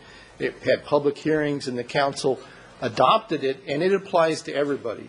It doesn't apply to just one project, one Tuesday. The California Supreme Court said programmatic exactions are pretty much presumed to be valid because someone had a chance to challenge that ordinance, and they didn't, and the ordinance took effect, and so there's a strong presumption of validity, as opposed to, the California Supreme Court said, ad hoc exactions are very suspect, and they really have to have a record. And I got to tell you, listening to the earlier exchange about what's the in lieu fee and proposed, and has it ever really even been to the ordinance committee, that's not a good record for a strong ad hoc exaction. It has been to the ordinance committee. It has been? And voted on Okay. and approved and recommended to council. We're And we've been talking we're about pretty it for close 2.5 years. getting it here. In fact, it's been, I think we did send it on to council, it just hasn't hit our agenda Okay, yet. I So forgot about that. It's not a good record because we can't even tell you what the number is sitting here today. I see. And if the council were inclined to do that, I suggest it not be done today. There's no reason this has to get decided today if the council wants to do an ad hoc exaction. Finally, going back to the fact that this is a legislative act, it is at that spectrum of where your flexibility is about as great as it can be. I see. And if you wanted to say, well, as a council, we will only approve this rezoning under the following conditions, you can do those conditions. I think. Just in a sense, what the programmatic version of that was the tenant displacement assistance that is part of the conditions of approval with the Planning Commission. That was a programmatic version of what we're talking about. And is it inappropriate to ask the applicant if they would be willing to offer that? I'm not sure it matters a whole lot. I've seen court judgment, court decisions where it is out of San Francisco, where they considered that, sure, what are they going to say? You know, you got them over a barrel. So to ask someone, they have the ability to stand up and say, I will not agree to that, and I'm not interested in doing that. So I'm not sure it adds anything to the legal defensibility of an exaction to ask if it's acceptable. Okay, well, that's extremely helpful to me in understanding where we are today. I believe that what I've gotten out of this conversation is the urgency with which we need to bring this to council now. We've already gone through so much of the process, the inclusionary revision that we talked about. We've gone through so much and gotten it to the point where it really needs to get over here and have us as a council then decide if it's something we're going to have as one of our programmatic shifts. And but I don't think we're there today. So, Mr. Williams, you and I agree on so many things, and on this one, I agree with you in principle. But I agree with you in principle on the larger, in the larger stage, not on this particular project, because I think this one is going to catalyze us getting it to council. But I don't know that we need to. I don't think it's going to help us to push it on this one. So I move that we introduce an ordinance for rezoning of 319 North Milpas Street. Second. Okay. Any more discussion? Ms. Schneider? How many votes does this need for a rezone? 5? This ordinance will take 5 for adoption. So here's where I've been But we're talking not- about for 2.5 years now about these ordinance coming forward, at least for a vote to get decisions on it. Those things haven't happened for whatever reasons, and I apologize that this is sort of the point of this issue here, is what's bringing it to light to the applicant here. But I'm in a quandary of how do I make sure that this stuff gets forward in a way that it needs to, so we can have a programmatic conversation. I mean, to me, the in lieu fee about inclusionary has been talked about for years. It's gone through ordinance committee. It's scheduled to come to council. It may or may not get voted on. We don't know the answer to that yet. Had it been voted on 9 months ago, this would be a fee for this particular zoning condo conversion. The only reason why this is even here is because it's a condo conversion request.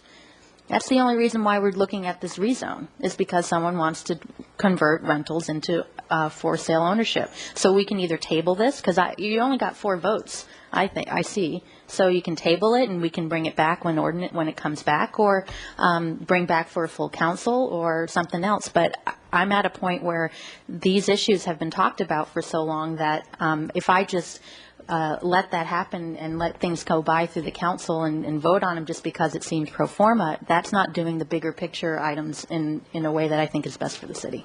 But I believe it only takes 4 votes to introduce it. And then the next, when it comes back to us, it'll take 5 votes. So Well, maybe something you could do that, and miraculous between will now and a happen week with from our now, you might have agenda. you might have get what you want. But I think it's I think we got to get these things issued to the we got to get these issues wrestled to the ground. The issue about inclusionary and the condo conversion, we don't know what the end result's going to be, but we've been talking about it for so long and said that we would do something so these things don't happen again without good policy behind it. And for me just to sit here and let one slip through like that doesn't seem appropriate. Okay, thank you. I don't, does Mr. Nelson want to speak? That's what somebody just said in my ear. Yeah, and then Mr. Francisco. Mayor and council, I agree in principle with what the 2 councilmen are saying, but this project was approved as a residential unit. It's built. At the site visit, it's one of the gems of architecture along Milpas Street, and even the Board of Architecture Review said thank you for raising the level in this neighborhood.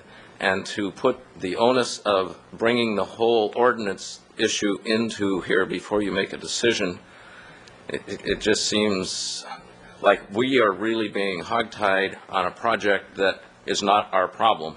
It's the decision has not been made about the ordinance. So it seems to me that we are paying a large penalty.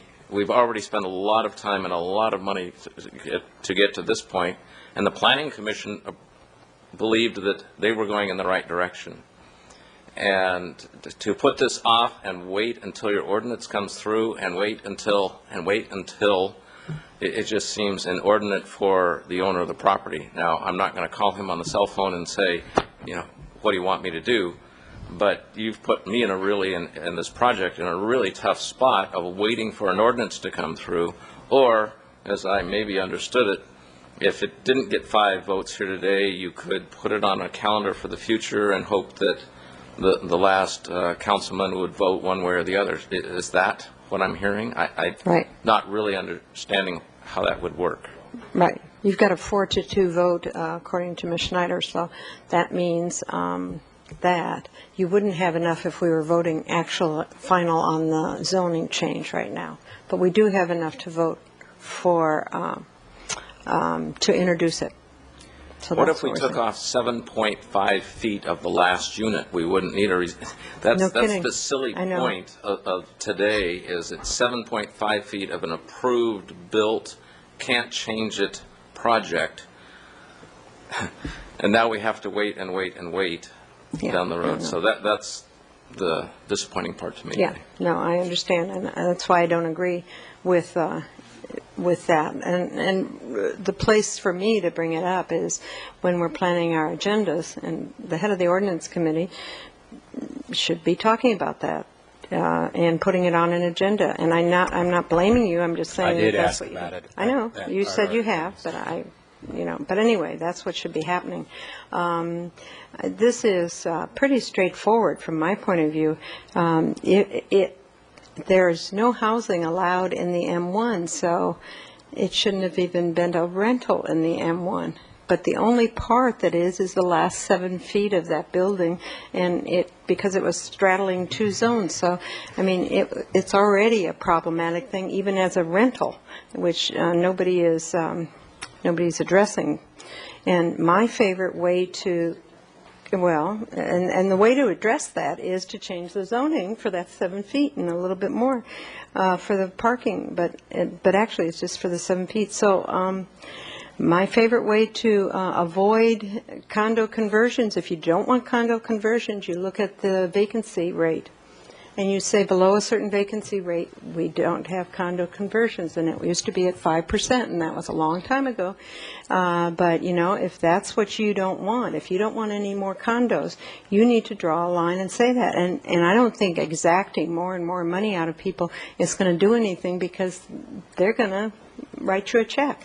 And then you don't have what you were looking for. What you're looking for is fewer units. So I have said this now since 1992, maybe, and nobody seems to agree with me. So, and that's okay. Well, I do. So, hello, good. I'm glad. So let's put it on the agenda together. It's not a problem, but I don't know if we have 4 votes, but that's okay. We need to work on it. Shot. Okay, Mr. Francisco. Thank you, Madam Mayor.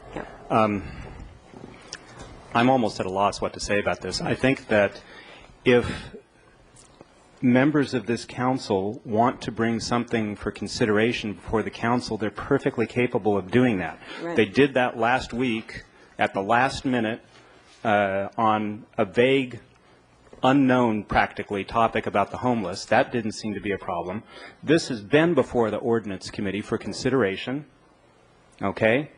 And there appear to be 2 council members sitting next to me who feel passionately about this, and if they feel passionately about it, they're perfectly capable of getting this on our agenda. Now, why, given that that's the case, why are we suddenly deciding to hold a particular person hostage because of our failure to bring something onto our own agenda? I don't get it.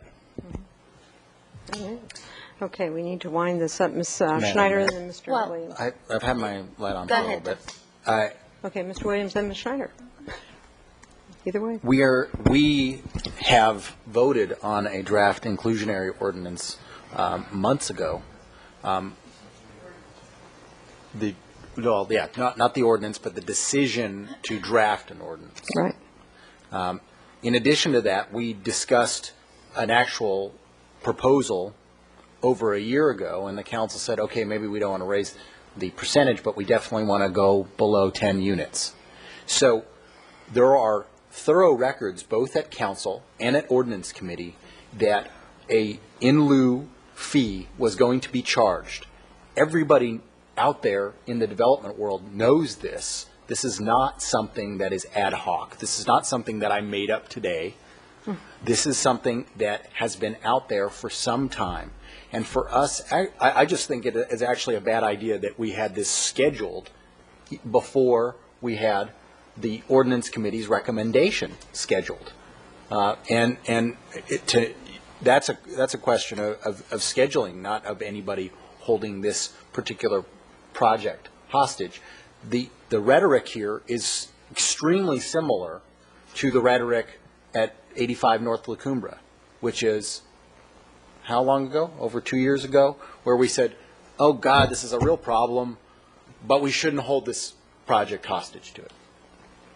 Well, years have passed between those, and we need to do something about it. And if the only thing we can do at this point is vote no on them, or ask applicants to voluntarily adhere to some of the requirements of our ordinance. But if the mayor wants to do the percentage, I would gladly agendize that. But to answer Mr. Francisco's charge, it's simply that we are waiting for the process to go forward, which is the recommendation of ordinance committee to come to council. Councilmember Schneider and myself do not wish to blindside staff by forcing that to be agendized before they are ready to present it. Okay. Ms. Schneider, we have a motion and a second. Yeah, Ms. I just don't think it's a fair statement to say it's two of us who at the last minute are asking for something, when in fact we've been talking about it for months and months, and we're working and waiting for the right time for the council agenda report to come forward. A totally different scenario than two council members putting up something that's not going through the regular process of whatever department it is to come to council for approval or denial. It seems like you have enough to introduce it, see what happens when it comes for adoption. Again, I don't like putting this one particular applicant on the spot. I do agree the architecture is beautiful. That's not the point. The point is this is a condo conversion losing tenant rentals into for sale ownership, and it's something we've been talking about for 2.5 years with no resolution yet. Let's get some resolution, and if this is the way to bring it up, you're still going to move forward with 4 votes today. Then let's move forward with 4 votes today. How we get 5, we'll see if I can be convinced, or if DAS, or we don't know what Councilmember Falcone will do when it comes back for adoption. So we can move on and move on. Okay, Mr. Francisco. Thank you, Madam Mayor. I would like to apologize for making heated remarks to my fellow council members. But I just want to point out that we understand this process, I hope, better than anybody else in this town. Well, perhaps I don't, but I'm certain the rest of you do. And this is our responsibility to move this forward. And that's us working with staff, okay? And that's why I feel that it is unfair to tell a particular applicant, well, we're frustrated with the fact that we, the most knowledgeable people in this city about how this process works, we're frustrated with the fact that we haven't moved this process forward. And so because of that, we're going to delay your project. And I think we need to recognize as legislators, as decision makers, that there's a real world out there that goes on, and we have a responsibility to come up with the best, most responsible laws concerning that we can, but we also have a responsibility to recognize that that world is independent of us, and we have an obligation not to recklessly hamper that world because we're unhappy with how our own procedures are functioning. I think the problem, if anywhere, is with us. And so, again, I apologize for getting a little bit angry about that. That's how I see it. Okay. Thank you. We have a motion and a second. All those in favor, please say aye. Aye. Opposed? No. Okay, 4-2. Okay. Item 22, a much happier thing. We're going to be closing down Highway 101 for a while. And what is that? No. Woohoo! Yeah, right. It's just crows the freeway. Now, Curb Your Commute, which is, I'll let you go ahead and read the... Item number 22, Curb Your Commute, Traffic Solutions. Right. Right. And we are looking at a huge construction project. Should be fun. A serious project. A series of projects, but also a serious project. I think this is wonderful, actually. So here we go. Mr. Allen. Thank you, Madam Mayor. Thank you, Madam Mayor, members of the City Council. I'm Browning Allen, the Transportation Manager in the Public Works Department. As the item was read, this is the presentation of the Curb Your Commute. As the Council is well aware, Caltrans will be starting the Highway 1 operational improvements to the project from Milpas to Cabrillo Hot Springs. And part of that is the Curb Your Commute program that SBCAG, Santa Barbara County Association of Government, and the Division of Traffic Solutions is presenting during this process. So Kent Epperson, the Director of Traffic Solutions, is here today to present the Curb Your Commute. I want to also make note that our own Channel 18 City TV is running pieces on using alternative forms of transportation as well, just to continue the message out that there's other ways to get to work versus getting into your automobile as a single occupant user. Okay. Okay, good. Mr. Epperson, welcome. You have an earful today, didn't you? Yes, it was quite an education. Good. Do you want to transfer a condo into transfer? I'm afraid that's beyond my means. Okay, there you go. But thank you very much for taking this item today. I really appreciate having a few minutes of your time today. I know it's a little bit of little redundant for a few of you that have heard this wrap, but I think it's important for the general public to be aware of what's coming down the pike and some options available to them. Traffic Solutions is the rideshare organization for the county, Santa Barbara County, and we offer incentives and services to encourage sustainable transportation, as well as we operate the Clean Air Express from North County to the South Coast and co-manage the Vista Coastal Express. We've been charged with this Curb Your Commute program. Of course, most of you are aware that the Milpas Hot Springs project is just right around the corner here, probably in the next couple months, be breaking ground. The largest roadway construction project in Santa Barbara County history. It'll be 4 years long and through the most congested corridor. And there are going to be some narrowing of lanes, and there's going to be some ramp closures, and we're estimating that there's probably going to be about 15 to 20 minutes delay as a result of the construction activities. Thankfully, both lanes will be in operation during the peak period, but there are going to be delays, and that's 15 to 20 above and beyond the delays that we see today. So there's going to be some frustrated commuters. Both these projects, of course, funded with Measure D funds. The good news is there is an easier way. Okay, we don't have to sit in traffic during this 4-year construction project. We have some options available to commuters, and I'd like to talk about those today.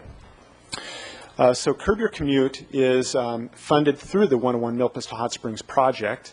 It's customary for roadway projects such as this one to include a pot of money to encourage people to not drive during the peak period to help mitigate the traffic. And that's what Curb Your Commute is. It's a package of incentives, resources, and services for both employers and commuters. What we've been doing over the last 3 months is really focusing our effort on employers.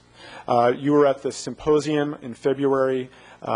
Much thanks goes out to Mayor Bloom and the Chamber, the Santa Barbara Chamber, as well as the County of Santa Barbara, really stepping up and having a great event. And that really provided a lot of momentum for Traffic Solutions to then approach the employers to step up and be part of the solution.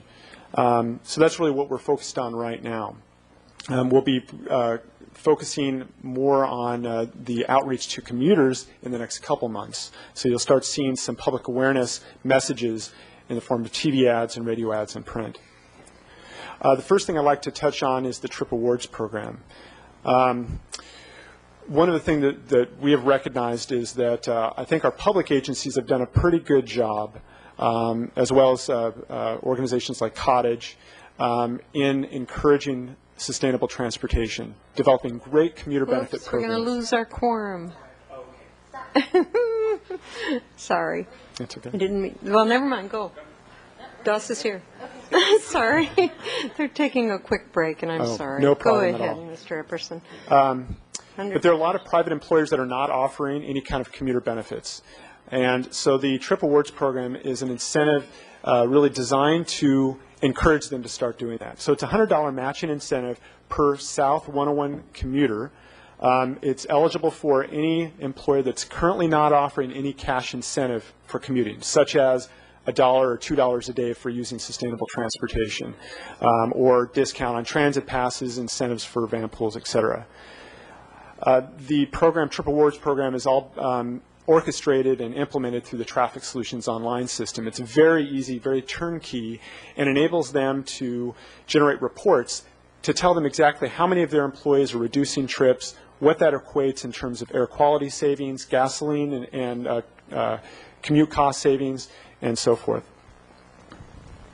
FlexWorks Santa Barbara is also part of the package for Curb Your Commute. We've had the FlexWorks Santa Barbara program for about 4 years now, and in fact the City of Santa Barbara participated in that. We have a consultant on board that is available for employers free of charge to help them implement telecommuting and flexible work schedule programs.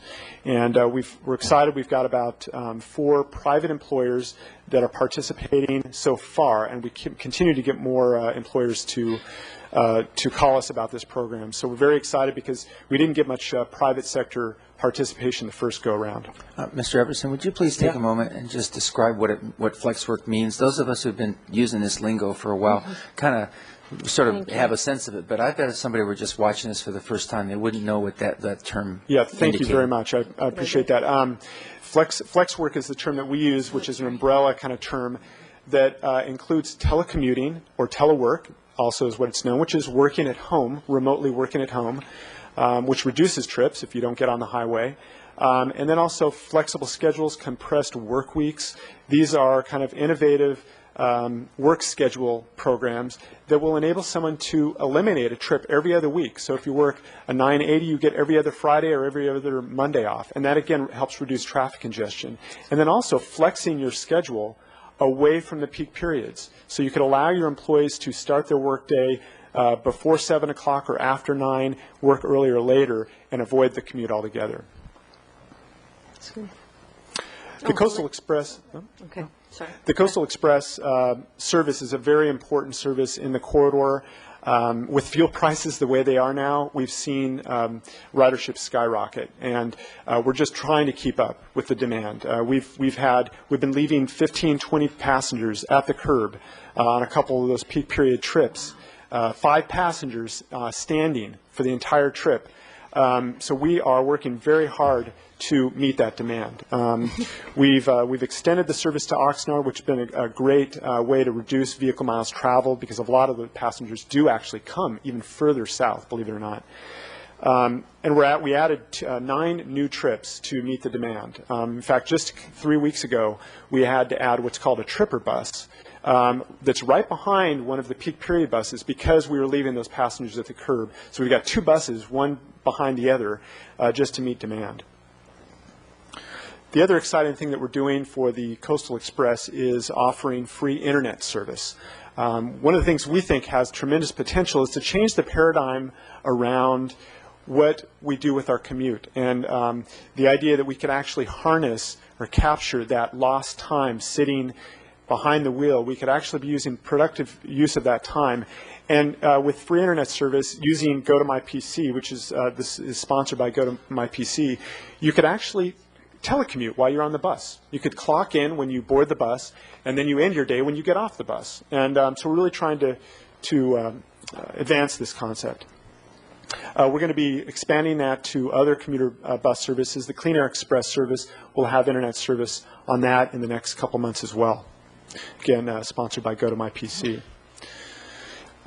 Because there's limited capacity on the Coastal Express, we really needed to look at what the other options are, and that's really ride sharing, van pooling or carpooling. On the carpooling front, we have the Traffic Solutions Online commuter matching system, and we're really seeing an increase in the use of that system and enrollment in that system. On the van pool front, we're really trying to repackage van pooling. Van pooling is challenging because it requires a lease, commitment for a month, and the riders themselves are responsible for the fluctuation of fuel prices. So what we're doing is repackaging it. We'll be putting several vans on the road in the month of August. These are going to be more spacious than most van pools you see on the road. They're 10-passenger vans in basically what is a 12-passenger van size vehicle. They're great. They actually have an aisle in the middle of the vehicle, and you have seats on the right or the left. So you don't actually sit next to anybody. They have reclining seats, very comfortable, so you could actually have a laptop and work comfortably on using the internet service that we'll also be offering on these vehicles. Individual lighting and AC, so again, very comfortable. And what we'll be doing is we'll form several vans, and then individuals can, no commitment, just use it one day, use it a week, use it for 2 entire months if they want, free of charge. At the end of the 2 months, assuming we have a critical mass of commuters in those vans, we'll turn them over to the commuters, and we'll put $100 in their pocket if they decide to sign that lease. We'll continue paying for the internet service for the next 2 years. Another aspect is the commute challenge, and this is very similar to the Team Bike Challenge. This year, we're actually expanding the Team Bike Challenge to be the commute challenge. So rather than that happening in June, it'll be in August. So stay tuned for that. And the way it works is it's, of course, a team-based event. So 5 commuters form a team. They register and log their trips online. Unlike the Team Bike Challenge, this is all sustainable modes of transportation: bus, bike, walk, telecommuting, carpooling, vanpooling, etc. The more points you log, the more points you earn and the great prizes you earn. Another addition to this is that we'll have this employer competition, and each team will be sponsored by an employer, and each time they log their trips, they'll be earning points for their employer. So there's going to be some employer competition. So this will be your chance to put out a challenge to the county of Santa Barbara and just show them who's boss, right? The last element of Curb Your Commute is the Shift Your Trip event. One of the interesting phenomenons in this corridor is that we've looked at traffic counts, and the slowdown in traffic is really a result of 2,000 excess commuter trips during the peak hour. So if we could remove those, we can move them a little earlier or later, we'd actually have free flow of traffic, believe it or not. So we're trying to chip away at that 2,000 commuter mark. And we'll be doing that through a community-based event, 2-week event that will happen in October, where we ask employers and commuters to voluntarily shift their trip to before 7 or after 9 in the morning, or before 4 or after 6 in the afternoon. What we'll do is we'll count traffic before and during, and we'll see what kind of impact we have. We're stealing this idea from Houston. They did an event called Flex in the City, and they did the same thing, and it was very successful, and it was a great way to basically increase awareness around this idea of flexing your schedule and getting employers to step up and offer those kind of programs. So the bottom line here is you don't have to go it alone. Traffic Solutions is here to help. You can call us at 963-SAVE.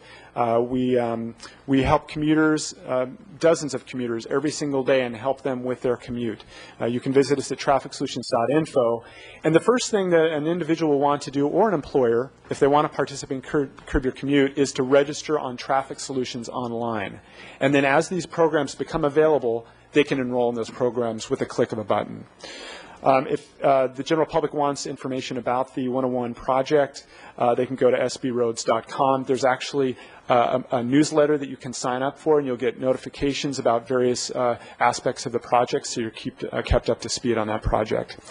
The last thing I just wanted to mention is I passed out this packet. These are employer packets. This is what we're giving to HR staff and CEOs. It's got basically everything you need to know about alternative transportation in the South Coast. Bike map. It's got our Curb Your Commute flyer.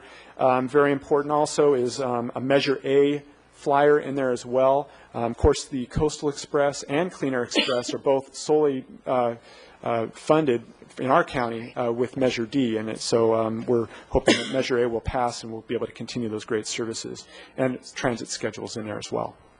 So with that, I could answer any questions if you have any. No. The up-to-date road information, is it congested now and that sort of thing? Do they get that on here or?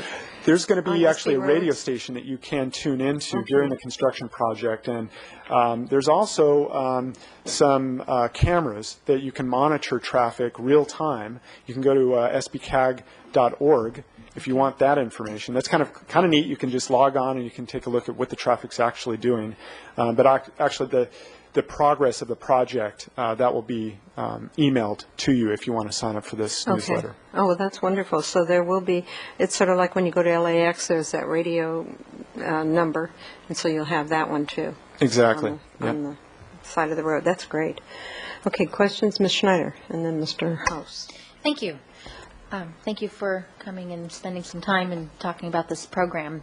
And a couple of things. One is this morning I'm the council liaison to MTD, and at their MTD board meeting this morning they agreed to accept money from SBCAG and to thank SBCAG for funding the Valley Express, and also MTD now is going to take one of the Coastal Express Lompoc trips. They're going to be running that, but through funding with SBCAG. And the reason why the funding's coming in now is that the CMAQ funds that were for 3 years is ending, and so they MTD went to SBCAG to ask for funding for another year and received that at the meeting last week, and then the MTD board this morning accepted that. So that was exciting because that's another important piece of the puzzle to keep those services going. And the Go to My PC piece is amazing. I mean, if we can start working when the moment we get on the bus, actually you can travel also off-peak. When you do it, you don't have to travel at peak hours. You can get on the bus later. You can sleep in a little bit, right? You get on at 9 or 8:30, whenever your normal day would start. Work when you're on the bus, and then leave your workplace at 4 or instead of 5. And so your peak hours are, and get home at a reasonable time with your family, and or do whatever it is you need to do when you get home. So you're not home late or have to leave very early, because that's very exciting, that kind of technology. One question I do have. With the flex schedules, when it comes to public employers or unionized employers, when it's more easy to, it really is easier, believe it or not, to go through the MOU process, the Memorandum of Understanding process, to go from a traditional 8-hour day, 5 days a week, to a 980 schedule or a 410 schedule, because issues related to overtime when it comes to certain classifications of employees only apply as part of the Memorandum of Understanding process. Most employers here on the South Coast are not unionized, or they're not public employers, and so if they wanted to go to a 980 or a 410, there's a very strict process they have to go through the California Department of Labor to get a vote. It's not like they can just, okay, next week we're going to go to a 410, and those of you who are non-exempt or eligible for overtime, it's not like you don't, all these overtime provisions apply. So my question is, are you able to work with the private employers who have to go through that process with their human resources staff or whatever it is? Because it is a very detailed, and it has to go through a vote, it has to be certified by the state to, do those kind of changes. Can you comment on that? Yeah, absolutely. And I mentioned the FlexWorks Santa Barbara program and the consultant that we have on board, an expert working nationally with dozens of employers nationwide dealing with that very issue. And that's very true. A private employer has to have 2/3 approval from their employees that are impacted by any kind of schedule change like this. Like well, in California is particularly special because we have the 8-hour workday here for overtime, and I think we're one of 2 states in the union that have it. Everyone else has just the 40-hour work week, so you could do a 980 or 410 a little more and not have to deal with as much the overtime provisions as you do in California, because they have the 8-hour day rules. So those are just particular. I'm sorry, I interrupted you.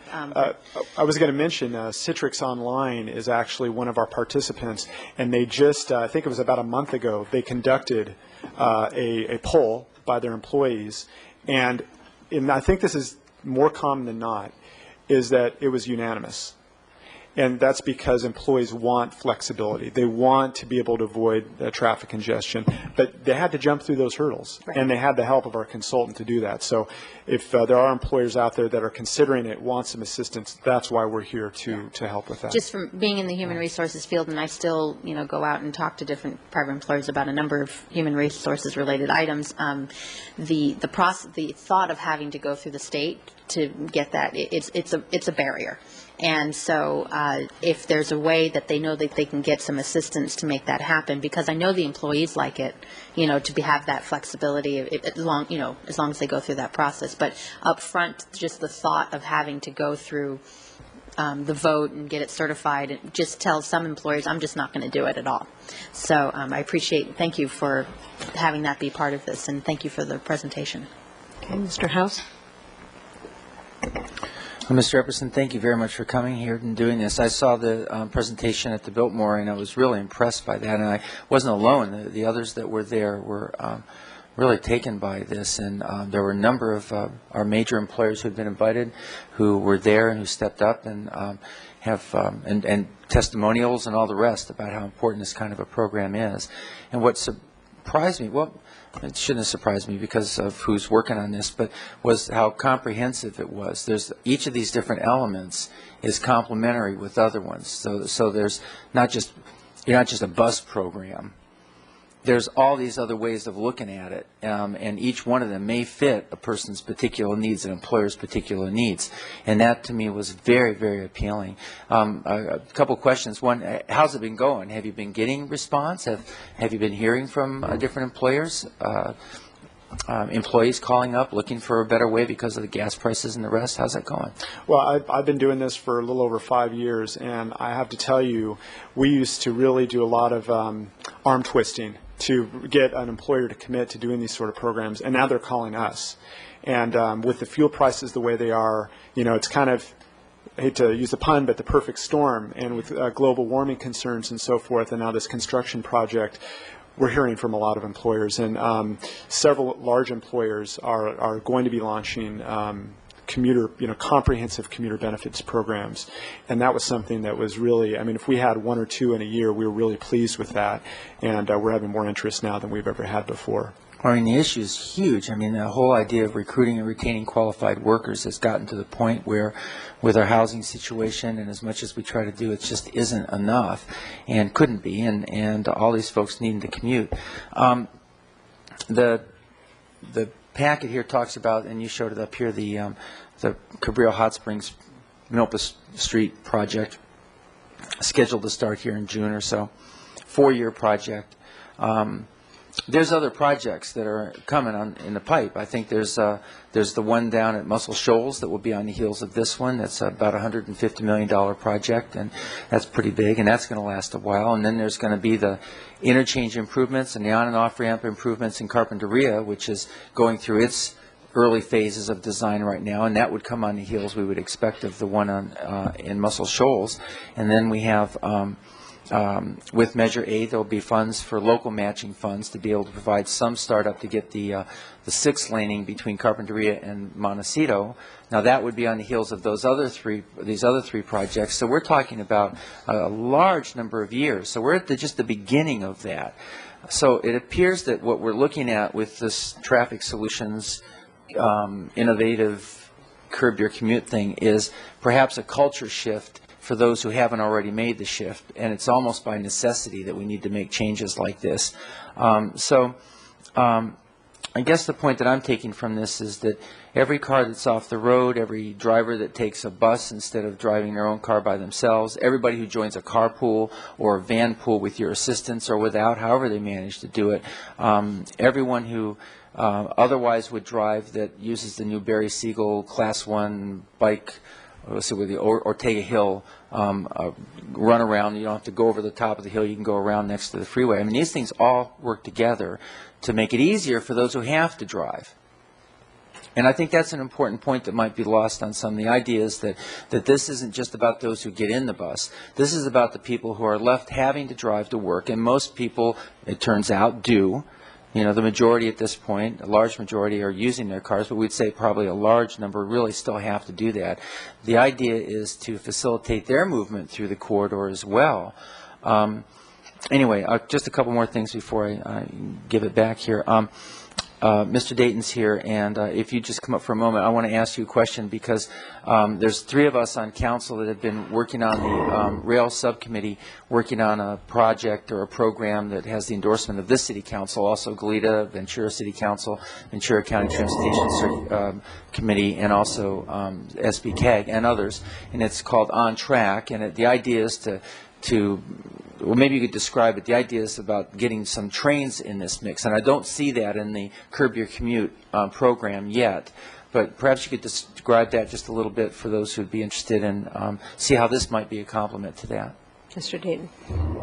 Yes, Madam Mayor, Council members. On Track is a program that, as Councilmember House pointed out, the committee members, the Council Rail Subcommittee started and has proliferated quite a bit with other agencies getting on board and supporting it. It's a program that will bring commuter rail to between Santa Barbara and Ventura counties, and specifically to do that by using existing trains, the Amtrak trains, that are now not scheduled according to commuter schedules, but we could actually, with the same number of trains, move the schedule so they could be commuter friendly is really what we're calling it, commuter friendly Amtrak service.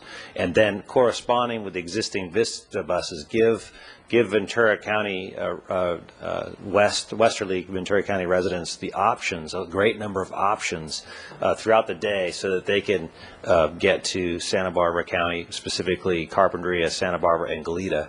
Using that service. And so at this point where we are in that process is we've got a lot of what we're calling on-track partners, including many cities in the county, and then also business organizations, the county supervisors, and then also Ventura County Transportation Commission. And the next step would be to use that partnership to understand who we need to talk to, which is Caltrans mainly and Amtrak, to change those times and get those times changed. All right, very good. And this is for the little businesses, not just the big ones. I know the Santa Barbara Region Chamber of Commerce has also endorsed that, and they're way on board with this whole Curb Your Commute thing, and they were major supporter and co-sponsor. I guess the very last thing, and I want to ask you, Mr. Epperson, what would be your dream come true with regards to this Curb Your Commute? What would that look like if this were working the way that you and the others that designed it intended? If you had your way, how would you like to see this really come to fruition? What would it look like? Well, I would hope that we would see a continuation of employers to be really engaged in this, because we can leverage the small amount of dollars we have by getting the employers involved. And the city of Santa Barbara has done a great job in terms of that. So I would hope that there would be continuation, that more employers would realize that this is for them. This is a benefit for them as a business. And I would hope that this would be long-term changes. So we're not just talking about someone that's going to shift their trip for a year or two during the heart of the construction, that this is something that is a paradigm shift and that people rethink the way they get to work, and employers do the same thing. And that because you said that there's a number of projects coming down the pike, we're looking at probably 10 to 15 years of construction along the corridor. So we need to plan ahead and start that shift now. And we didn't even mention the benefit to the city streets in terms of traffic congestion and how that would relieve that in the long term. Well, thank you very, very much, Mr. Epperson. Thank you. Yeah, thank you. Okay. Thank you. Mr. Williams? I just want to mention how much easier than my fears were of how easy it is to take this service. I work, as many of you know, one day a week down in Ventura, and so I now take the Vista bus, or a combination of the Vista bus and carpooling one each way to get back and forth from my office in Ventura. And it's clean, it's comfortable, it has great places that it stops. It stops both at the government center in Ventura, but also at the mall, which is also the transit center, and also downtown Ventura. But and now Oxnard to the Esplanade Mall. But it also has 5 or 6 stops in Santa Barbara, So people, if they work downtown or if they work near East Beach and the hotels, or if they can bike to those locations, have a very easy time taking it. So I really encourage people to give it a shot, because if our freeway problems basically boils down to us having 2,000 too many trips during peak hour, that's something we should be able to overcome. One time Bob Ludwig took me out to Milpas, and we just watched, who's coming by, and whether it's one person or two people in each car, and it was unfortunately 95% one person's in those cars. And so from a combination of carpooling, taking the bus, and biking, we should be able to overcome this problem. There's also usually plenty of bike spots on the Vista bus too. So if you make it really extra How much is convenient, Vista? $2. $2 each way. Which Should be is more. cheaper. I've calculated this is cheaper than even me going back and forth between Ventura and my Prius. So it's substantially cheaper. So if you have a less fuel efficient car, it must be even more inexpensive. My only question is, how close are we to a sort of universal pass, so people can go from one of our services to another in one trip? Not very close, I don't think. Ventura County does a good job with that, because they have the Vista services. You have a smart card, and it's good on all of those services. But we have a transfer, which is great. There's a transfer capability between the Vista service and MTD, which is great. So you can get off the Vista, you can catch the MTD service. But it's different media. It's a different pass. I think we have a way to go, and I love that concept. The idea that you just have one card, and it suits all your needs, and we all coordinate together. Right. Well, I'm concerned about the overcrowding on these buses. I mean, I think it's a great thing because they're very popular, but the overcrowding and Measure A, if Measure A doesn't pass in the fall, we're going to be hurting for this bus anyway. I mean, it's going to be really hard for us to pay for it, and maybe we wouldn't be able to. But we also need more money for more buses, so it's really very difficult that we have this system is so popular and good for us, but anyway, we need to get that Measure A passed. Okay, anybody else? Anything? No, thank you for coming. Appreciate it. Thank you. Okay, we are on to item number 23, I believe. Yeah. Item number 23, fiscal year 2008 third quarter review. Okay. Rolling right along here. Third quarter review. 1, 2, 3, 4. Counting to 4.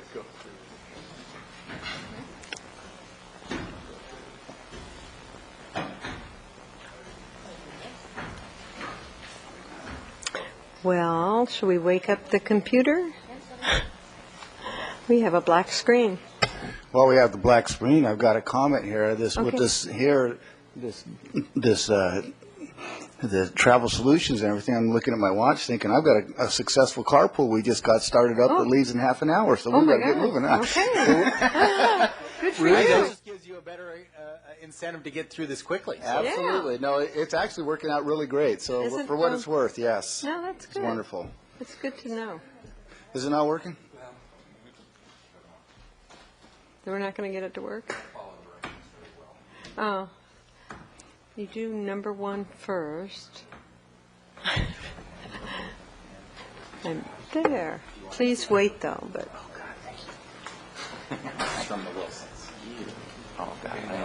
Oh, there we go. I might make the bus, my carpool after all. Otherwise, we'll find out how the guaranteed ride home deal works. Oh, yeah, that's right. There you go. Mr. Armstrong's going, what are you talking about? Guaranteed what? Yeah. Hey, there we go. We're great. We're good to go. Okay. Well, okay, Mr. Levy. Good My afternoon. guaranteed ride home is called MTD. There we go. That works. Good afternoon, Madam Mayor, members of council. My name is Rudy Livingston, and I am here for the third quarter review.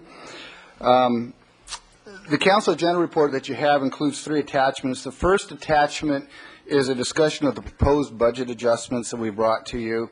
The second is a narrative explanation of the 9 months results of operations and their variances. And the third attachment is a summary statement of revenues and expenditures that we refer to as the interim financial statements. And we'll put off a discussion of the proposed budget adjustments until the end of this presentation, if that's okay with you, Madam Mayor. For the revenue portion, the general fund, I'd like to turn time to hear to Bob Pearson, Finance Director. Mr. Pearson. Good afternoon, Madam Mayor, members of council. Bob Pearson, Finance Director, and I'm going to briefly go over the general fund revenues at 9 months, and my apologies to the 2 members of the Finance Committee that heard this earlier, but we will I will be brief. The slide that you're looking at this point recaps the total general fund revenues through 9 months. And you can see in the bottom right-hand corner the total revenues, and then if you look at the far right, it says year-to-date variance column. You see that through 9 months, total general fund revenues are about $2.2 million below the year-to-date budget. The year-to-date budget of about $74.3 million and year-to-date revenues at $72.1. If you look at the schedule, the last row above the totals, it says budgeted year-end variance, and you see that that is a negative year-to-date variance of $1.7 million. So of the $2.2 million negative revenue variance in the general fund at 9 months, all but $500,000 of it roughly relates to the year-end variance, which, as you know, we now budget for. And that's a little bit misleading because we budget it as a revenue, but as you know, it really is meant to represent a combination of both revenues over and expenditures under. So if you eliminate that for the moment, then you would see that through 9 months, the general fund revenues are about $500,000 behind the year-to-date budget. I think that's a little misleading, actually, because the revenues were stronger earlier in the year, and our revenue growth has really been deaccelerating through the year. While not having put together any formal projections in total, finance staff believes that we're going to end the fiscal year in about 6 or so weeks, as much as $2 million under the revenue budget, and that's not including that year-end estimate or the year-end variance, just revenue to revenue. I wanted to just show you a little more detail quickly. And you've seen this schedule quite a few times in the last few weeks and months because we've shown it to you as we talk about the proposed FY09 budget. But if Bob can, there we go, perfect. And really what I want to show you is if you just focus on the two green columns at the right, and you'll see that this is for a number of our significant revenues in the general fund. And I'll just quickly go through a couple of them. If you look at sales tax, you can see on the very far right that year-to-date growth is 3.5%. Now that's healthy growth. It is, however, misleading because we started off the year with excellent growth in the very first payment that we got from the state, the first payment of the fiscal year. And since that time, our growth has been 1 quarter of minus 1.5%, and then the next quarter at plus 0.3%. So we actually are projecting to end the year with 2% growth, and that's where we really think we will end the year. And so that 3.5%, I think, when we get our next sales tax report from the state in mid-June, about a month from now, we think we will be pretty darn close to the 2% we projected we would end the year at, and that was a projection developed back in January. TOT, you can see that through 9 months, the growth is far right again, 2.7%. We have projected to end the year at 2%. Now, this is through 9 months, and as we told the Finance Committee, we now, of course, have the April TOT in the books, and unfortunately, April TOT was down 8.6% over the previous April. And so we are now through 10 months of the year. I'm kind of giving you a 10-month preview here, but we're at 1.6% growth. So we really need to grow TOT in May and June, 4% each month, in order to get back up to the 2% growth that we projected. So property tax, despite the the travails in the property tax in the real estate market continues to be okay. For us, we are projecting to end the year about $210,000 over budget. It looks like we're even doing better than that with 9.6% growth through 9 months. But again, that's really a timing issue. It all really depends on the timing of the payments from the county. UUT, we're pretty much right on the beam with a 3.3% growth compared to a 3% projection. Franchise fees are running a bit below. We did project that they would end the year about $60,000 below budget. At this rate, that number could be over $100,000 below budget. That could be a timing issue because Southern California Edison pays their franchise fees quarterly, and so we still have a couple quarters of their franchise fee to see before the end of the fiscal year. Business license, we are going to end the year under budget, about $82,000. And that seems to be right on track so far with our year-end estimate. And finally, vehicle license fees, really highly volatile revenue. It's down 30% for the year. In large measure, that is because the state is skimming more money out of the VLF pot to cover operations expenses of the DMV, of the Department of Motor Vehicles. They're allowed to do that. They're allowed to take out of the VLF fee pot of money statewide, money to cover DMV's operating expenses, and that has meant less to be distributed. And so we are down fairly dramatically, even more than we had projected. We projected to end the year down about 26%, and we're down about 30 so far. But given the volatility of that, May and June come in, it's not out of the question that we end up where we projected. And property transfer tax down almost 21%. I don't think that would be a surprise with the fairly significant drop in the number of real estate sales transactions that we've experienced over the last 6 to 9 months. So that's a quick look at some of our significant general fund revenues, and I'll turn it back over to Rudy unless there are any questions on those. Okay, are there any questions? No, I don't think so, Mr. Livingston. Okay, then we'll move forward to the general fund expenditures. If you look at the table there, what we've presented there is 75% of the year-to-date budget as that budget column. We take into account, when we're looking at the variances there, the encumbrances, and as you know, the encumbrances include contracts and various things that will probably be used throughout the year, but not necessarily. Some of those will expire at the end of the year. And if we look at these, as of March 31st, we're approximately $1.9 million under our year-to-date budget numbers. And several of the significant variances in the general fund departments are due to savings in the salaries and benefits areas where we've had vacancies, we've underfilled certain positions, and we have a hiring chill that's in effect that's held some positions vacant a little bit longer than we maybe would have. I do want to highlight a couple of the departments there. The first is the police department. If we look at the schedule here, it shows that the police department is almost $337,000 under the year-to-date budget, but this represents only 1% of their annual operating budget.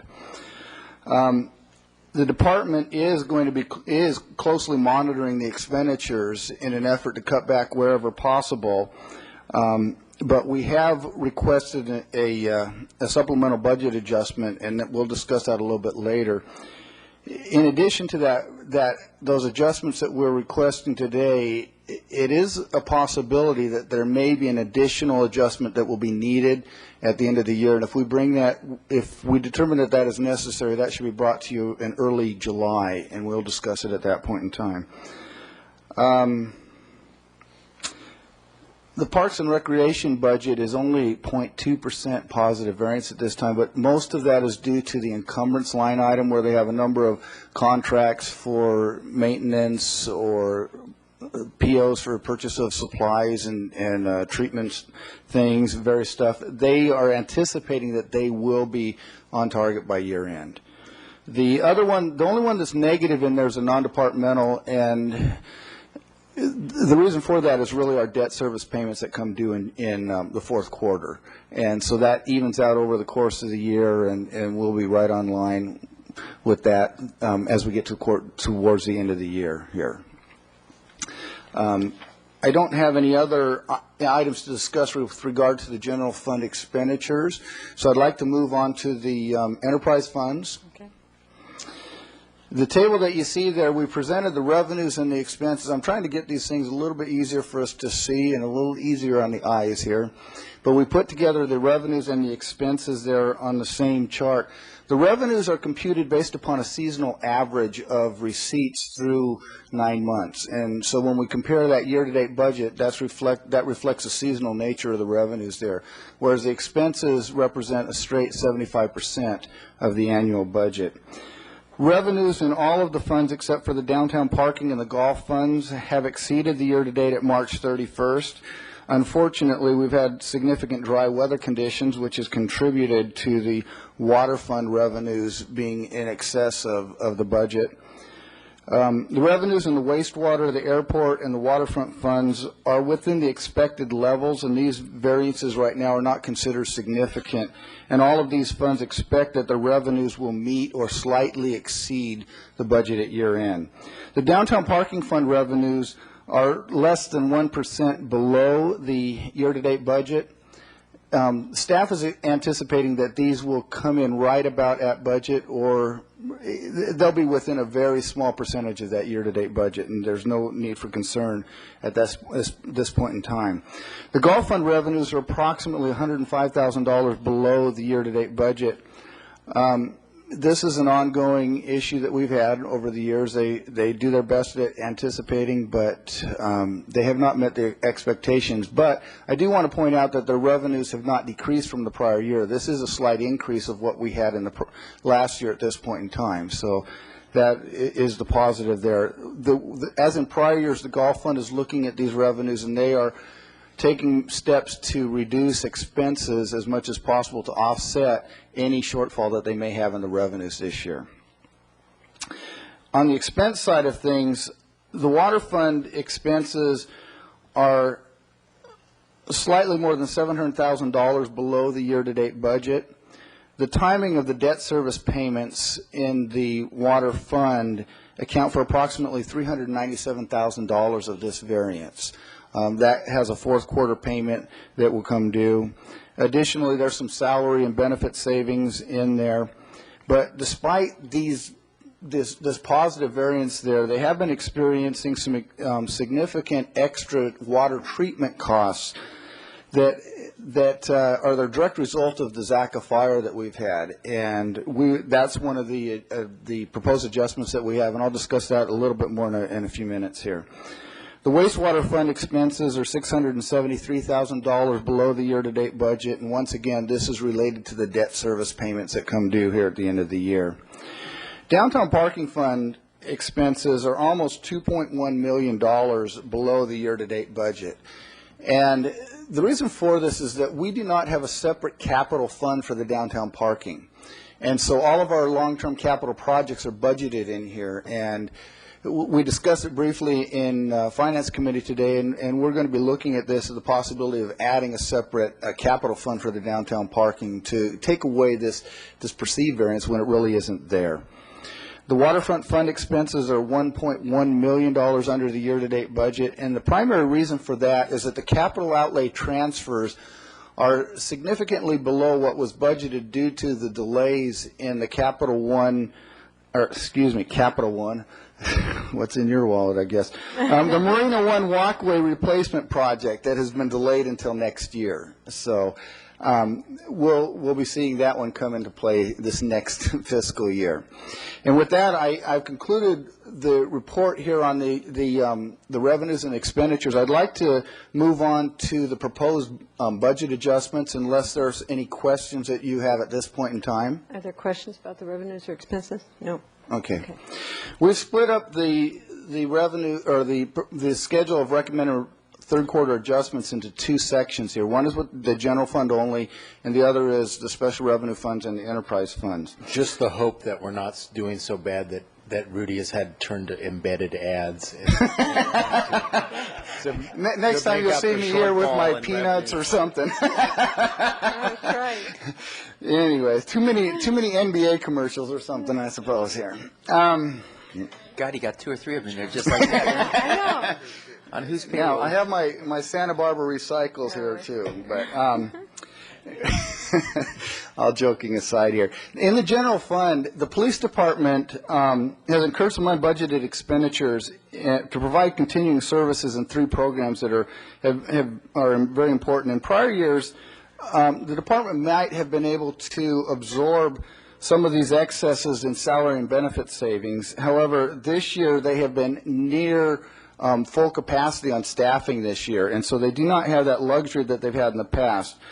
In the past, they would have absorbed a lot of these things with those extra salary and benefit monies. In fact, as I mentioned earlier, we may still have to come back to council with another adjustment request, but hopefully that won't happen. The current budget included $100,000 in salary and benefit costs for the neighborhood bike patrols. And this really important program for our community here has continued in full strength, and the department through March 31st had incurred approximately $187,000, almost $188,000 in costs. And the estimates are that they will have an additional $137,000 in appropriations above what was budgeted this year. And so we are bringing this as one of the recommended adjustments to continue with this program here.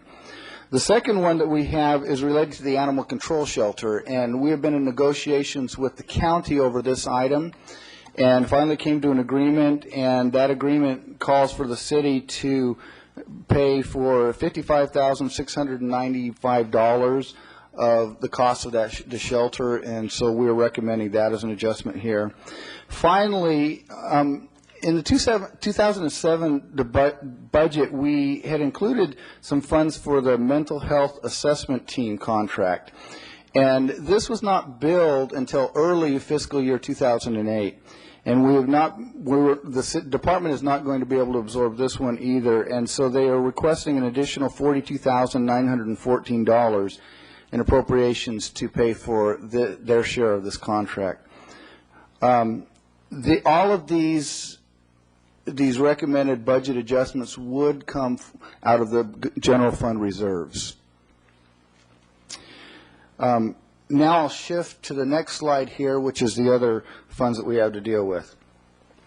The solid waste fund is required to monitor the closed landfill at Ealings Park, and there's this ongoing monitoring this year is going to require some additional wells to monitor gas levels and various other things, and the staff is estimating that they're going to need an additional $80,000 of appropriations to cover the costs of this additional monitoring that they will have this year, and that will be paid for out of the fund reserves.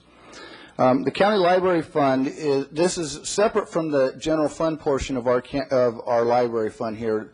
These are the small branches that we actually operate throughout the county, and our contract with the county has included that we would be responsible for the cost of janitorial services through these. But because these are county buildings, the county has been providing this service. But now that the county is struggling to recover costs or contain them, they have decided to let us live up to our portion of the agreement and pay for our own janitorial services. And that came as a mid-year item to them. And so the County Library Fund is requesting additional appropriations for the Solvang Library and also the Carpinteria Library to pay for these additional janitorial services. Now, the Montecito Association is a joint tenant with us in a building down in Montecito, and they somehow failed to bill us for some maintenance costs in actually 2005, and that came to their attention, and they decided that they wanted to bill us for that last year. Our library director was able to negotiate with them to split that into 2 pieces, and this is the second installment of that payment we will need to make to them. And so we are recommending that council approve these adjustments that would be actually paid for out of the reserves in the county library fund. The last one that we have is in the water fund, and as you're well aware, the runoff in the aftermath of the Zaka fire has caused some contaminants, in fact quite a few contaminants, to be introduced into the city's Gibraltar watershed. And as a result of this, the city has been required to provide additional treatments to clean the water prior to the introduction into the city's water distribution system. Now, last month, the water fund brought an item requesting additional requesting approval of a contract for purchase of the supplies, the charcoal and things that would be needed for this fiscal year for these purposes.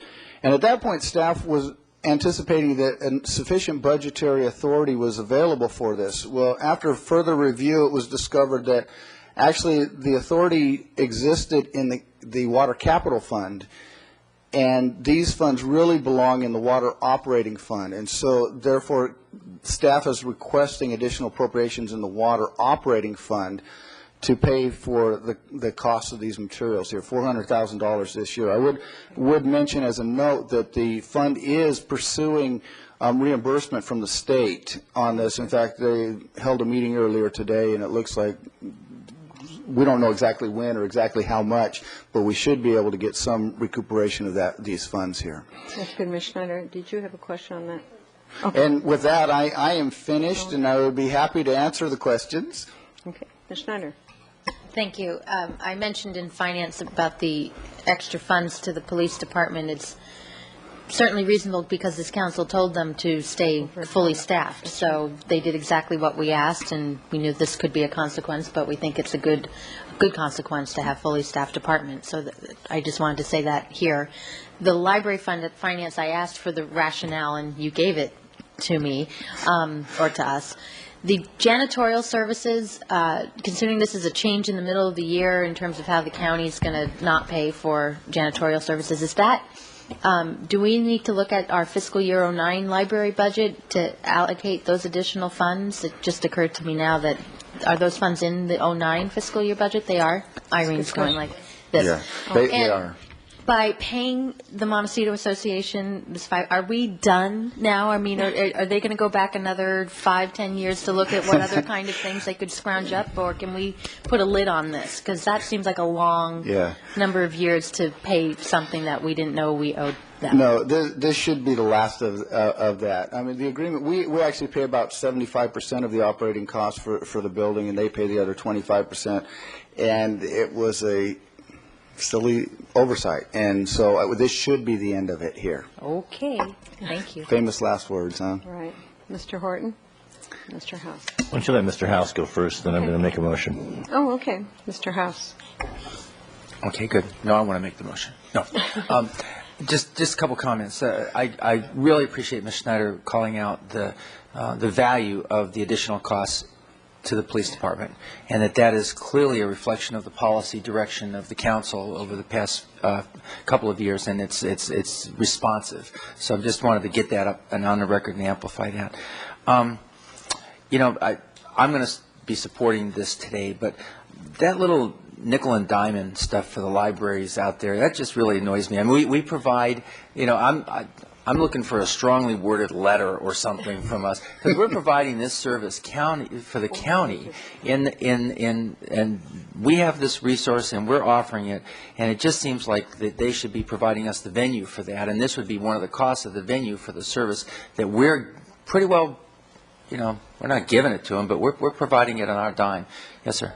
Madam Mayor, Councilmember House, the only thing I certainly would agree with you with one maybe minor difference, and that is your last comment that we aren't providing the resources. Frankly, the money that we're appropriating or asking you to appropriate is really county money. I mean, the money that we get to run these branches comes from the county, and it's the county's share of the state public library fund grant monies, and it's totally separate from the general fund, and it's not a dime, frankly, of city money in that fund. And so really they're taking it out of one of their pockets and putting it into another. Okay, well then thank you for clarifying that, because I had a completely different understanding of what was happening here. I thought this is just general fund, and it was, okay, very... Take it back, county. Okay, sorry. The only thing we take Strongly worded letters. Recycle that. Okay, and then on the very last one. So this was a great emergency. This is a disaster. Is this what you mean when we're talking about possibly reclaiming some of this $400,000 here for the water fund? Oh, absolutely. This falls in. It's an issue of the natural disaster. It was declared a disaster area, and so that's why we're pursuing those avenues to be able to get reimbursement for some of these costs here. Yes. Okay, very good. Thank you very much. Anything else, Mr. Horton? Then. A couple things. First of all, Rudy mentioned the way that the downtown parking funds are handled with respect to the capital. And my preference, as I've stated in finance, would be that it be done more like the waterfront or the airport, which I think is appropriate.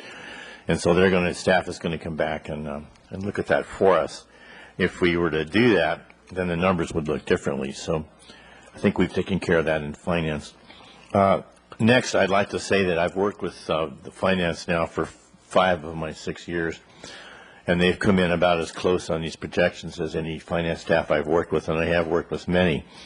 So I think that council can be pretty sure that what they're showing is what they expect, and it will turn out to be that. So having said all those things, I'd like to move recommendations A, B, and C on our agenda. Second that.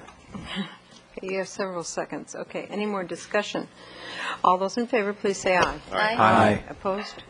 Very good, thank you. Thanks for the good explanation. Let's Good luck in watch getting Rudy in your sprint. carpool. Yeah. Watch him run. Watch Rudy run. Okay, we have 2 more items. Do you want to read both items, please? Closed session items. We're going to do council. We skipped We'd that. recommend you skip number Yeah. 24. We'll just reschedule that for a later date. Oh, okay. We'll So skip then you'll have 24. 25 and 26. Okay. Items 25 and 26, conference with real property negotiators. Okay, thank you, and we will adjourn out of those closed sessions. If there's anything to report, we'll do it at the next meeting.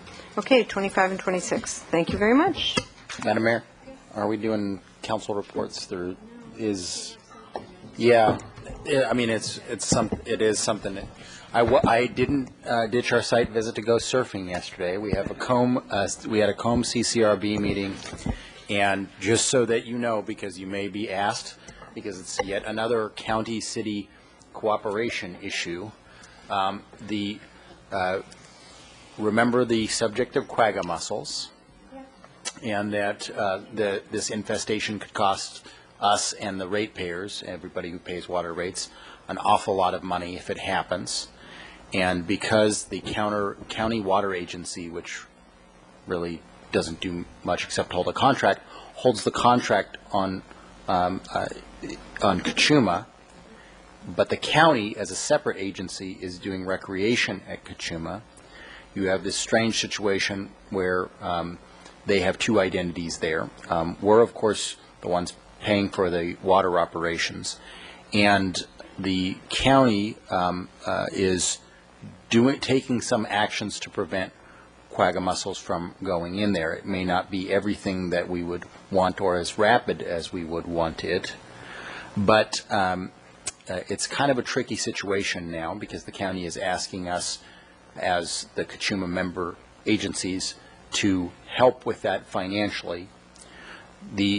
Our attorneys have determined that it is the county's responsibility to pay for those because they are allowed to do recreation in something that's primarily meant for water. However, even though our attorneys have determined that, I have still advocated that we pony up, $270,000 from the Kachuma revenues from unspent funds to aid the county in this, mainly just to be nice and friendly and to prevent an infestation and allow those things to happen as quickly as possible. For the second straight meeting in a row, the Kachuma board has been deadlocked in voting. We have 2 votes. Goleta has 2 votes. Goleta and Santa Barbara, represented by me, have been advocating for this 270. So it's deadlocked now, 4 votes to 2 votes, Carpinteria and ID1 being against, and 1 agency not yet voting, which is Montecito. So it's a very interesting situation that we're in, and it's definitely a matter that is important because if the county, for instance, decided to not go ahead with these preventative measures, a chance of infestation would be greatly increased and would end up costing us both financially and ecologically, in that it could devastate Kachuma ecologically and then cost us millions of dollars.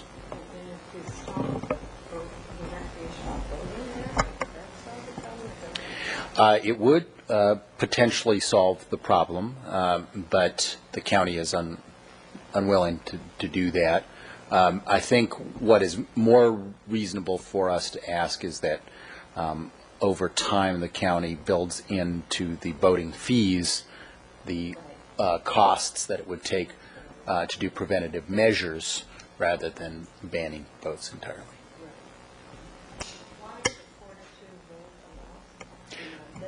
Because the voting rules require you to have more than 2 agencies. Even if you have the weighted vote, you need to have more than 2 agencies. Madam Mayor. I just wanted to put in a plug for a wonderful citizens committee that's working with us twice a month for many hours, called the Infrastructure Financing Task Force. These are highly qualified, professional, very intelligent people that are helping the city examine several $100,000s of unfunded capital needs and give us some options on ways that we can handle that in the next few years. And they're providing a great help to Finance Committee staff and the entire City Council, and I just wanted to express my thanks to them.